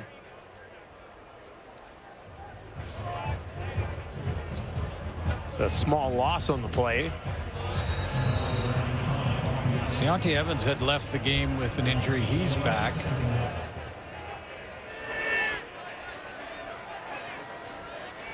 There were just 3 possessions between the two clubs in the third quarter. Calgary had the ball for 12 minutes, so this BC defense has been on the field for quite a bit. Mark Michelle puts on the brakes, tries to spin it back up, but he'll be stopped.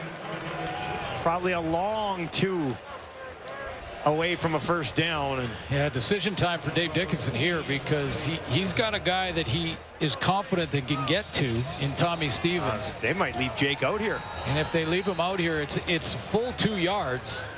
But this is how the Lions, with a stop here, can get that field position advantage turned. Jake Mayer 3rd and 2 on his own 54. Trying to draw him offside, might not even snap it. Doesn't look like it. Take the time count violation. Calgary, number 12.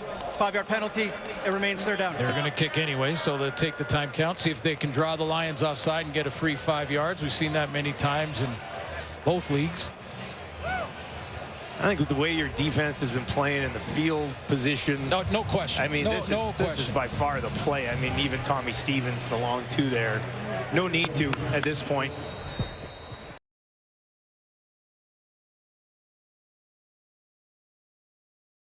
And you play the field position game that they've been doing. Grace lets it go from the 38. Comes up there. Williams takes it at the 35. No yards as he tries to kick it to the outside.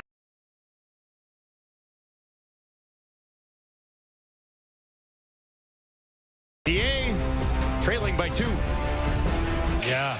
After the kick, because they tried to sort of sky it. Wind factoring in as well. It's a difference of 6 yards. BC's going to start this ball on their own 50. Good field position for the Lions. Let me explain. So Dave Dickinson on 3rd and 2 decides not to gamble and go for it there with a short yardage quarterback. So he goes with the sky kick, and right up here at the top of your screen is an onside player. So the idea here is just kick it high, let it hang in the wind, and you have an onside player that can recover it. But they ended up getting a no yards call, and the net on that punt was 6 yards. So at the end of it all, Dickinson could have really gone for it on 3rd down. Because even if he didn't get it, they're in the same place, the Lions. Now they're smack dab at midfield. Great explanation. 2nd and 5. Adams, deep shot down the field. Pass interference. Heaving it up for McManus. I think the reputation of number 18 preceded him on that play, because coverage by Rodney Randall was pretty good down the field. I mean, you're talking about inside shoulder, inside leverage, step for step, not bad, and then panic hits. Yeah. He could tell by the look of McInnes that the ball was on its way. Pass interference. Grab Calgary, that jersey. number 27.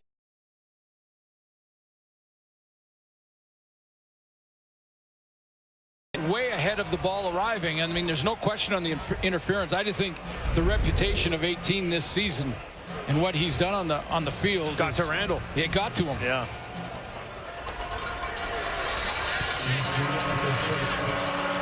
All the way down to the Calgary 17 as BC looks for a lead. Adams out to his right. Escapes momentarily, gets a couple of yards before he's taken down at the Calgary 15.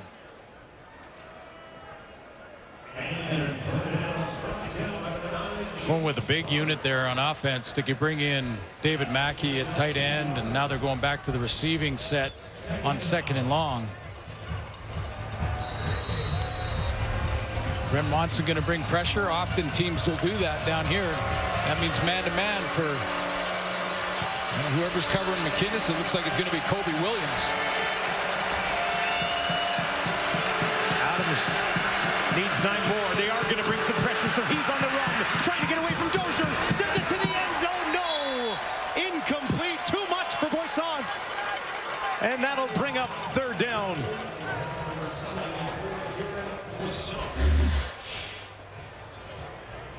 Boisson coming from the backside of the formation and then across the face down the field of Malcolm Thompson, the safety.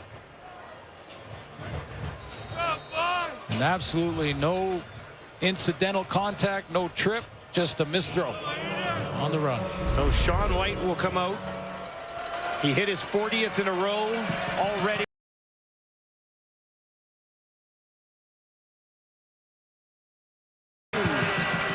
And that is up and through. He remains perfect on the season. BC Lions at halftime. Here's Dave Dickinson with a funny story about both of them. Good story with Huff. Wally would try to get involved in the offense, and Huff, he's been wearing hearing aids for a long time, and he would just act like he couldn't hear. So, and Wally certainly, when you say, let people work, Wally's got a strong opinion, and he's done it right for a long time. But just pretend you couldn't hear him. I could just, and Coach Huffnagel, I still call him. I will forever call Wally Buono Coach. It's just, it's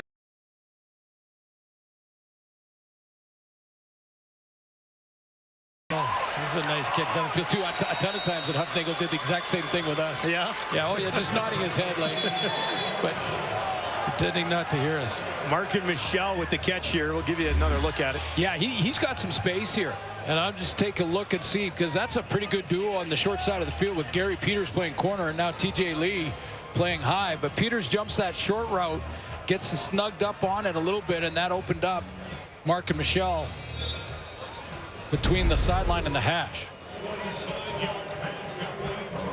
Long way to go in this game, but it would seem fitting if it came down to Paredes and White at the end of this one tonight. Neither guy has missed yet this season. Mayer. Barnes makes one move, now another. He's going to take it down to the 10. At the 5, it's TJ Lee with another touchdown saver. But Clark Barnes explodes up the middle.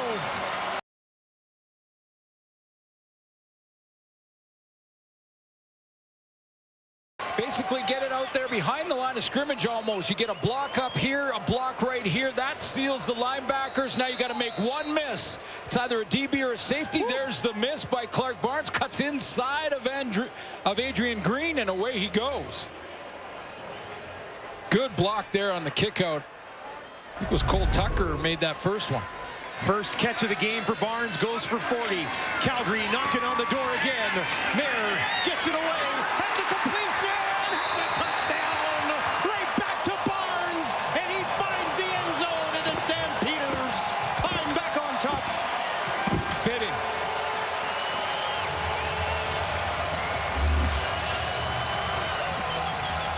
Lots of good time to throw this one for Jake Mayer. That first contact looked like the ball had crossed the plane there. It didn't matter. Barnes in the second effort finds the end zone. Back-to-back big plays for 14. Third passing touchdown of the game for Jake Mayer, who's 22 of 26. They're going for 2. And now they'll go for 2 more.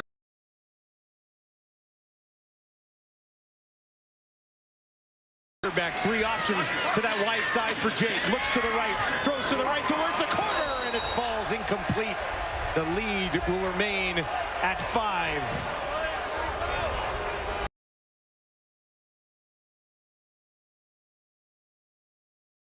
Against the Lions, 276 yards, and this one, his 3rd touchdown to Clark Barnes.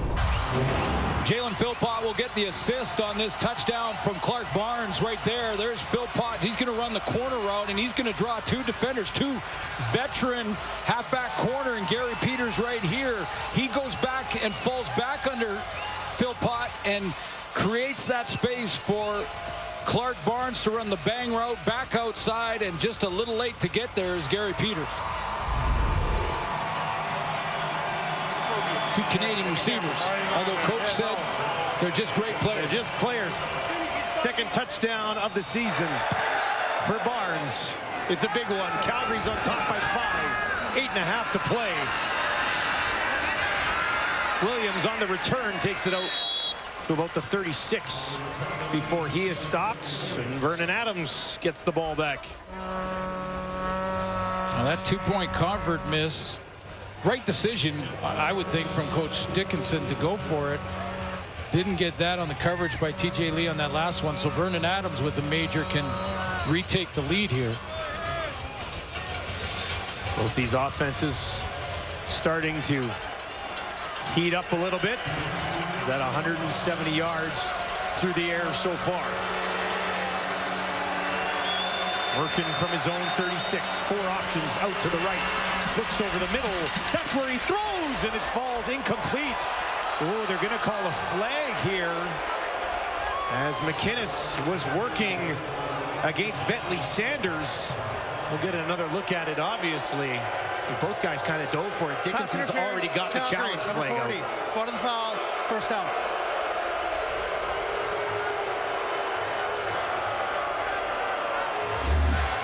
Dave Dickinson's taking a long look at this. It's up to the right corner of your screen.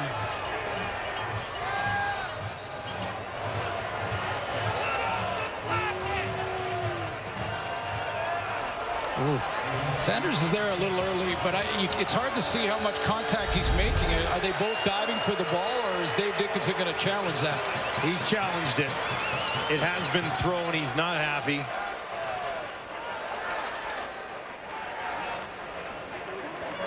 We'll have to get a few more looks at it. It looked like McInnes sort of wanted, like, was he tripped up or was he diving himself to get to that ball? Calgary is challenging the previous ruling of pass interference. The play will be reviewed. Well, if Sanders made contact trying to go through McInnes to get to the ball, then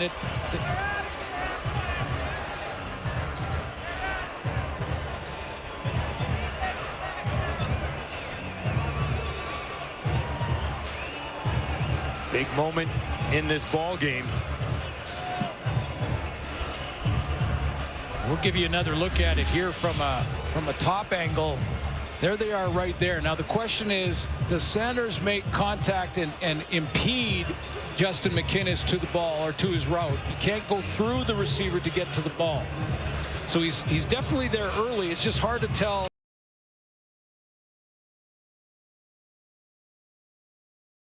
On the field, it has to be clear and obvious. Yeah.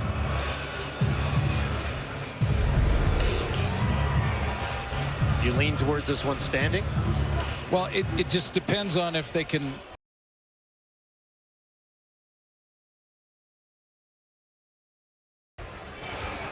Call on the field is a penalty for pass interference. Dave had his flag ready to go almost immediately. See, and the angles that they see down there, and this is something that I think frustrates them, is that, you know, he may have saw and thought, no way, there was enough contact. But unless there's a replay that actually shows that now, it really is irrelevant.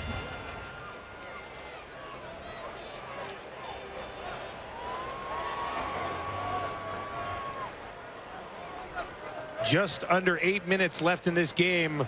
A big ruling. Here it is. After review, the ruling on the field stands. It'll be first down BC. Calgary will be charged with a timeout.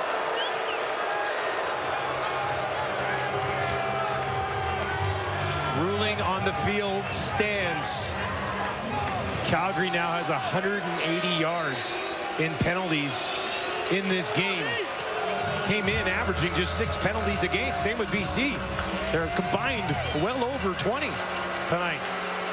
A little sloppy out there. First and 10 from the Calgary 50 here. McInnes will move over in the slot to the right of VA. He's got 2 other options out there as well. They'll hand it off. Stand back up the middle for a good chunk on first down before the tackle is made. Well, this Calgary defense has found a way to contain. I don't think you stop a guy that is hot as Vernon Adams was coming into this game. He was on pace for 6,609 yards. The record is Doug Flutie at 6,619 yards. 10 yards shy. 10 yards shy of a CFL record. That was his pace coming in. He's well below that pace right now. Second and 4. He's going to look for more yards here. Down the field. Eberhard missed him. Sucking behind Sanders, the safety. But it falls incomplete. Yeah, and I'm not going to give Vernon Adams an alibi here, but he has time. He's picked up the blitz, and we've seen him all year make this play, make this throw. I think that win that Farhan talked about in the first half took that football and sailed it past Eberhard because he had time to set up. He had time to look at it, drop it in there, and I think the wind took it. It is a strong wind, and Sean White will roll out here for a 52-yarder. This will be his longest of the season to keep his streak alive. Straight away from 52 with the wind at White's back.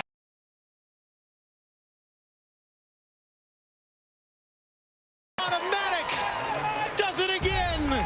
Sean White with a deep shot. Lions only down by 2.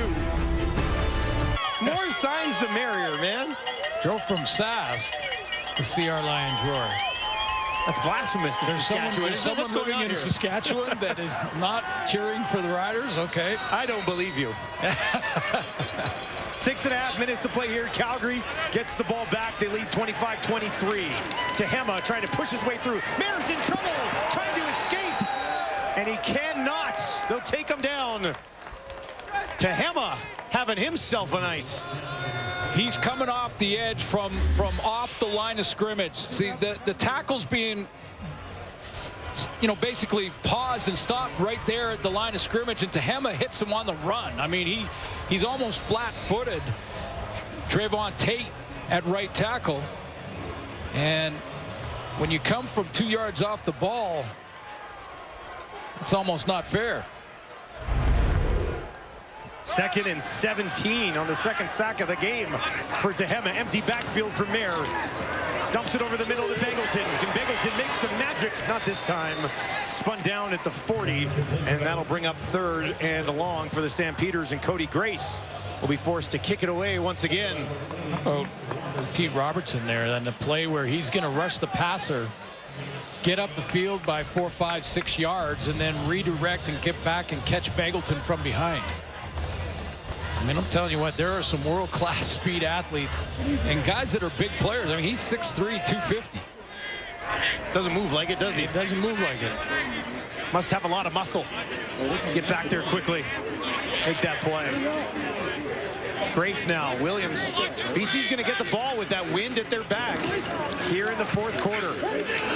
Good kick though into that wind. This is going to back Williams way up. Has to go back to the 15. Now he turns it up the field. Terry Williams picking his way out to the 40, 55-yard kick. But an excellent return from Williams.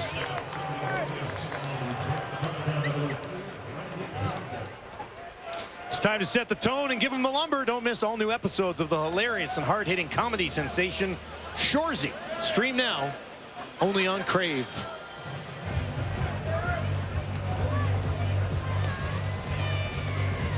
4:41 remaining. Vernon Adams, 14 of 26, 170 yards, 2 touchdowns, and an interception. Trailing by 2. Stage is set here for VA.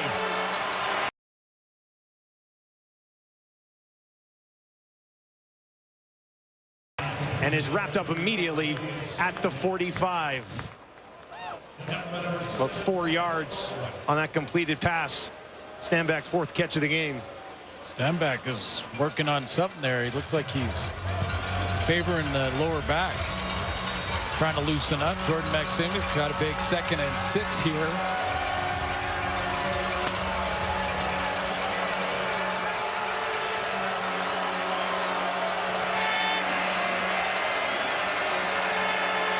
Stampeders defense trying to come up with a big play. They'll send 3. That's it. Adams bouncing around. There's a flag down the field as the pass is completed to McInnes. Flag in the secondary as he's wrapped up at the 50. That was a short throw and just a illegal contact. Calgary, number 7. That penalty is declined.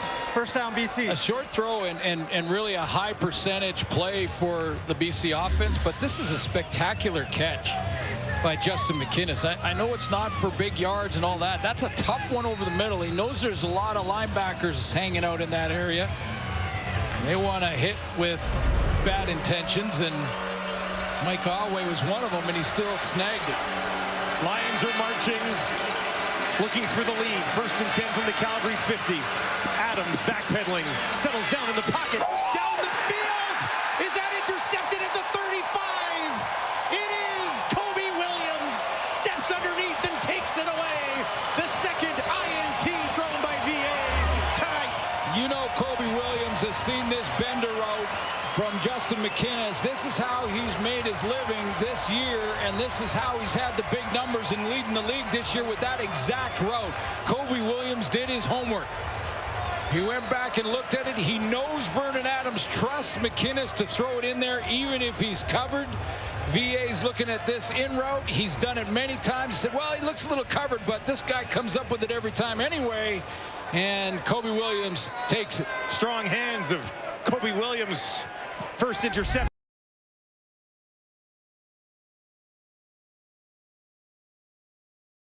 Minute warning looming. They'll start it on the ground to Mills. To Hema is there. And he got back to the line of scrimmage. No further. Buckle up. Sunday night's been a thriller. Who have no wins on Sunday. There's Dedrick Mills. His left wrist was being held on to by the training staff. He's out of the game for now. Peyton Logan's in at running back. He'll stand next to Jake Mayer. 2nd and 10 from the Calgary 35. Mayer looking to the left. Down the field! No! Trying to drop one into Barnes again, but could not connect, and the Lions will get the ball back. Boy, I tell you, that was a great throw, and that's coming from off the line of scrimmage. Barnes gets a good run at it, and actually he's going to be open. Shante Evans takes a step up at the shorter route and gets caught. And I thought that Mayer had dropped that over the outside shoulder. That's where you want to throw it, so even a recovering DB can't get involved, but just misses there. Cody Grace to kick it away one more time from the 25. Wobbles its way down to Williams. And Williams, after a 42-yard kick, pushes it out just beyond his own 42. And Adams will get a chance again. A field goal, of course, would put them on top.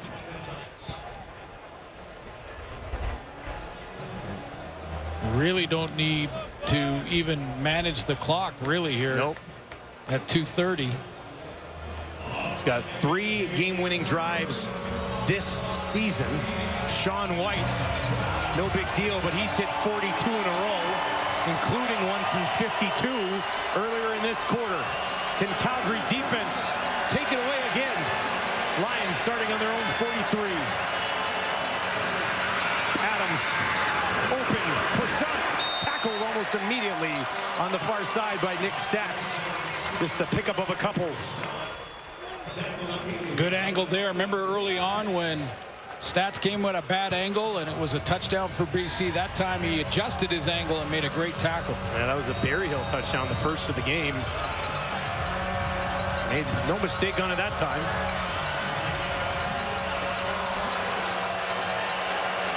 Calgary crowd trying to get behind this defense. Lions need 8. 3 options wide side left for Adams. Looks over the middle. Throws one deep down over the middle. Incomplete.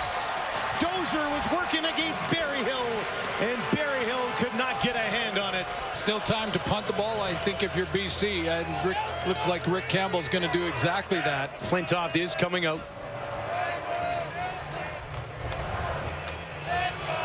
As an injured Stampeder on the 45. Yeah, that's Nick Stats again.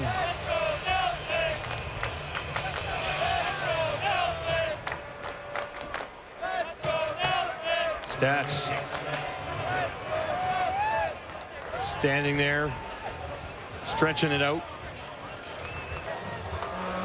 Welcome back to McMahon. Nick Stats is up and walking off a little gingerly. He's had a couple of good returns. This is a big play right here. The Lions strategy, of course, that they have time.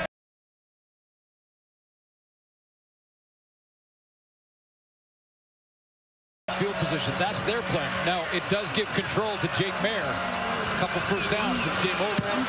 Flintoff, towering kick. Bergen waits, bounces all the way through the end zone.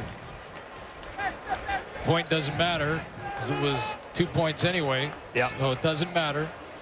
Smart, because it gives Jake Mayer field position to a point where now, you know, he can kill the clock, or even if they punt, it's going to force Vernon Adams into 4 or 5 first downs with limited time.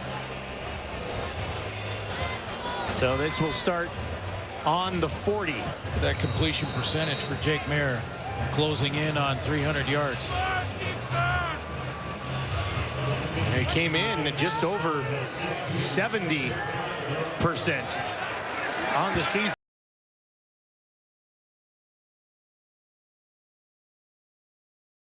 And that one falls incomplete. I'm going to say it was live, nothing blown down. And that is Barnes who eventually picks it up. Well, not a bad idea to do it whether it was or not, just to be sure, because turnover obviously puts you in a real bad spot. But you can see Barnes, I don't know, that looked forward to me. BC. But smart by Barnes to just recover it anyway. Loss of 8. BC calls a timeout. And you can't. BC Lions looking like they'll be in a good spot here to get the ball back. Vernon Adams watching and waiting.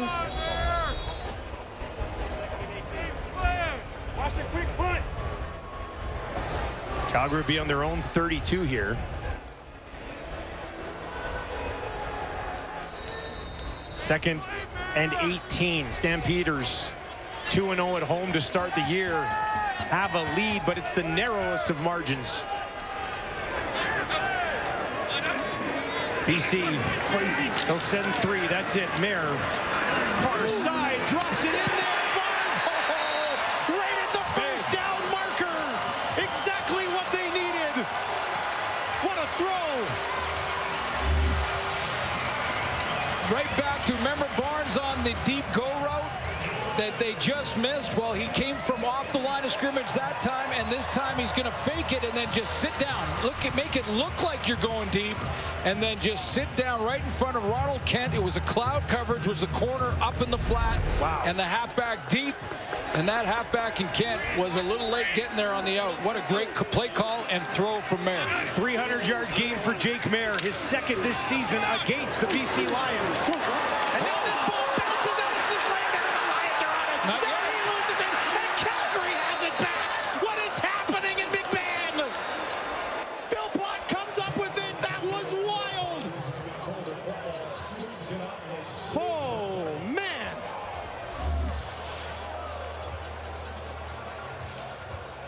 Okay, take a breath, partner, And let's see what happened here. Okay, ball's out. There's no question that's a fumble. Sione Evans has it here. He goes down. He wasn't touched down by contact, so he loses it on his own. Barnes looks like he got hurt on that play. He's holding his arm. And how does Philpott end up getting back to it? I mean, that is clearly a fumble. Oh, how did that sneak out? Philpott hustled back and got to it again. Sione Evans had this, went to tuck it underneath himself, and it popped out.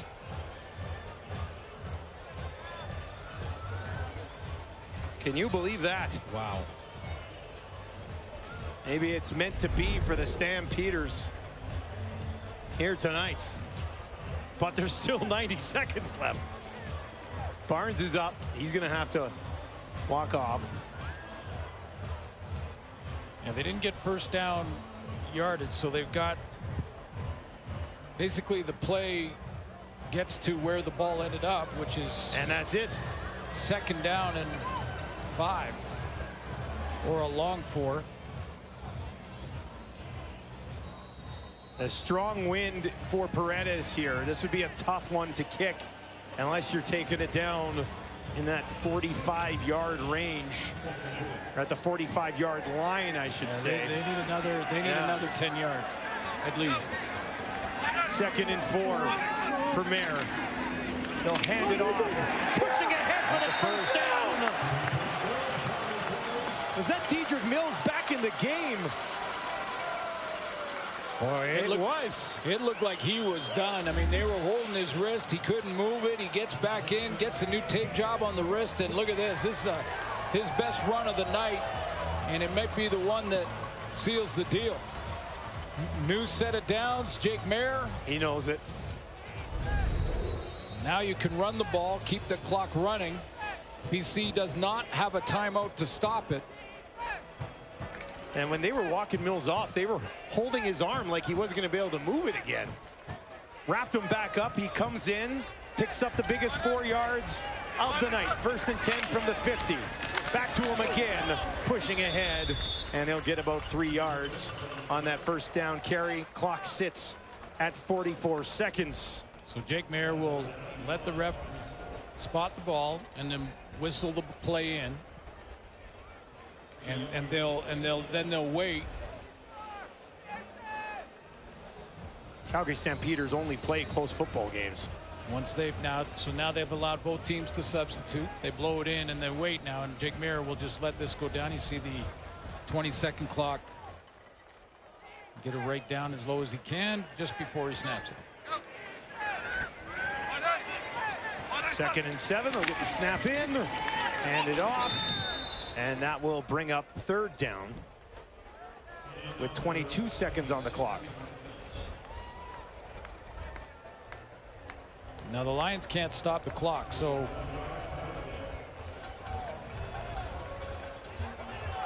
remember Shea Patterson at the end of that Saskatchewan game. Well, I don't think Jake's going to run around, is he? Well, no, and I don't either, but I'm saying that you can run it down to about 4 seconds and then retreat in a big way and then throw it away. Yeah. Win the ball without kicking it back to BC. By the time this one ticks down, he can just grab it, take a couple steps back, and kneel down. That should be. Well, yeah, it is close. I thought there might be 4 or 5, but take a knee here, and the Calgary Stampeders essentially are going to hang on for a 1-point victory over the BC Lions. Timeout. Timeout called by Calgary.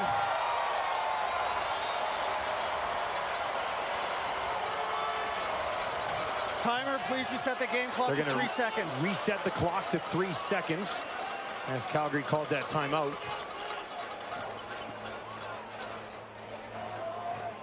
They're just gonna have to do the same thing here, then.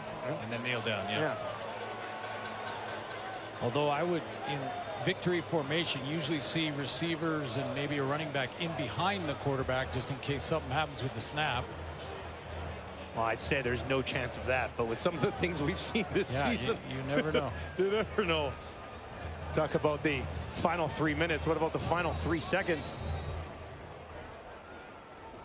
Calgary Stampeders about to go to 3-0 at home. Deontay Evans He had the it. ball in his hand. Mayer look and fire this one to the crowd at McMahon as Calgary snaps a mini 2-game slide and remains perfect at McMahon.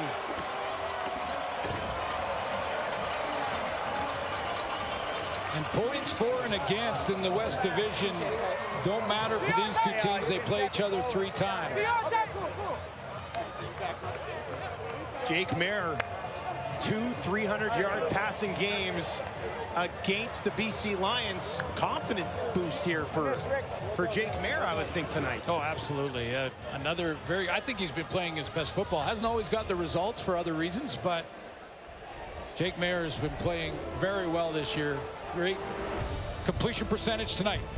Jake Mayer goes 25 of 32 for 307 yards and 3 touchdowns as the Calgary Stampeders and their defense slow down the offensive juggernaut that has been the BC Lions. Lions snap a 5-game winning streak. Stampeders 3-0 at home to start the season. 25-24 the win. SportsCenter's next. Good night from Calgary.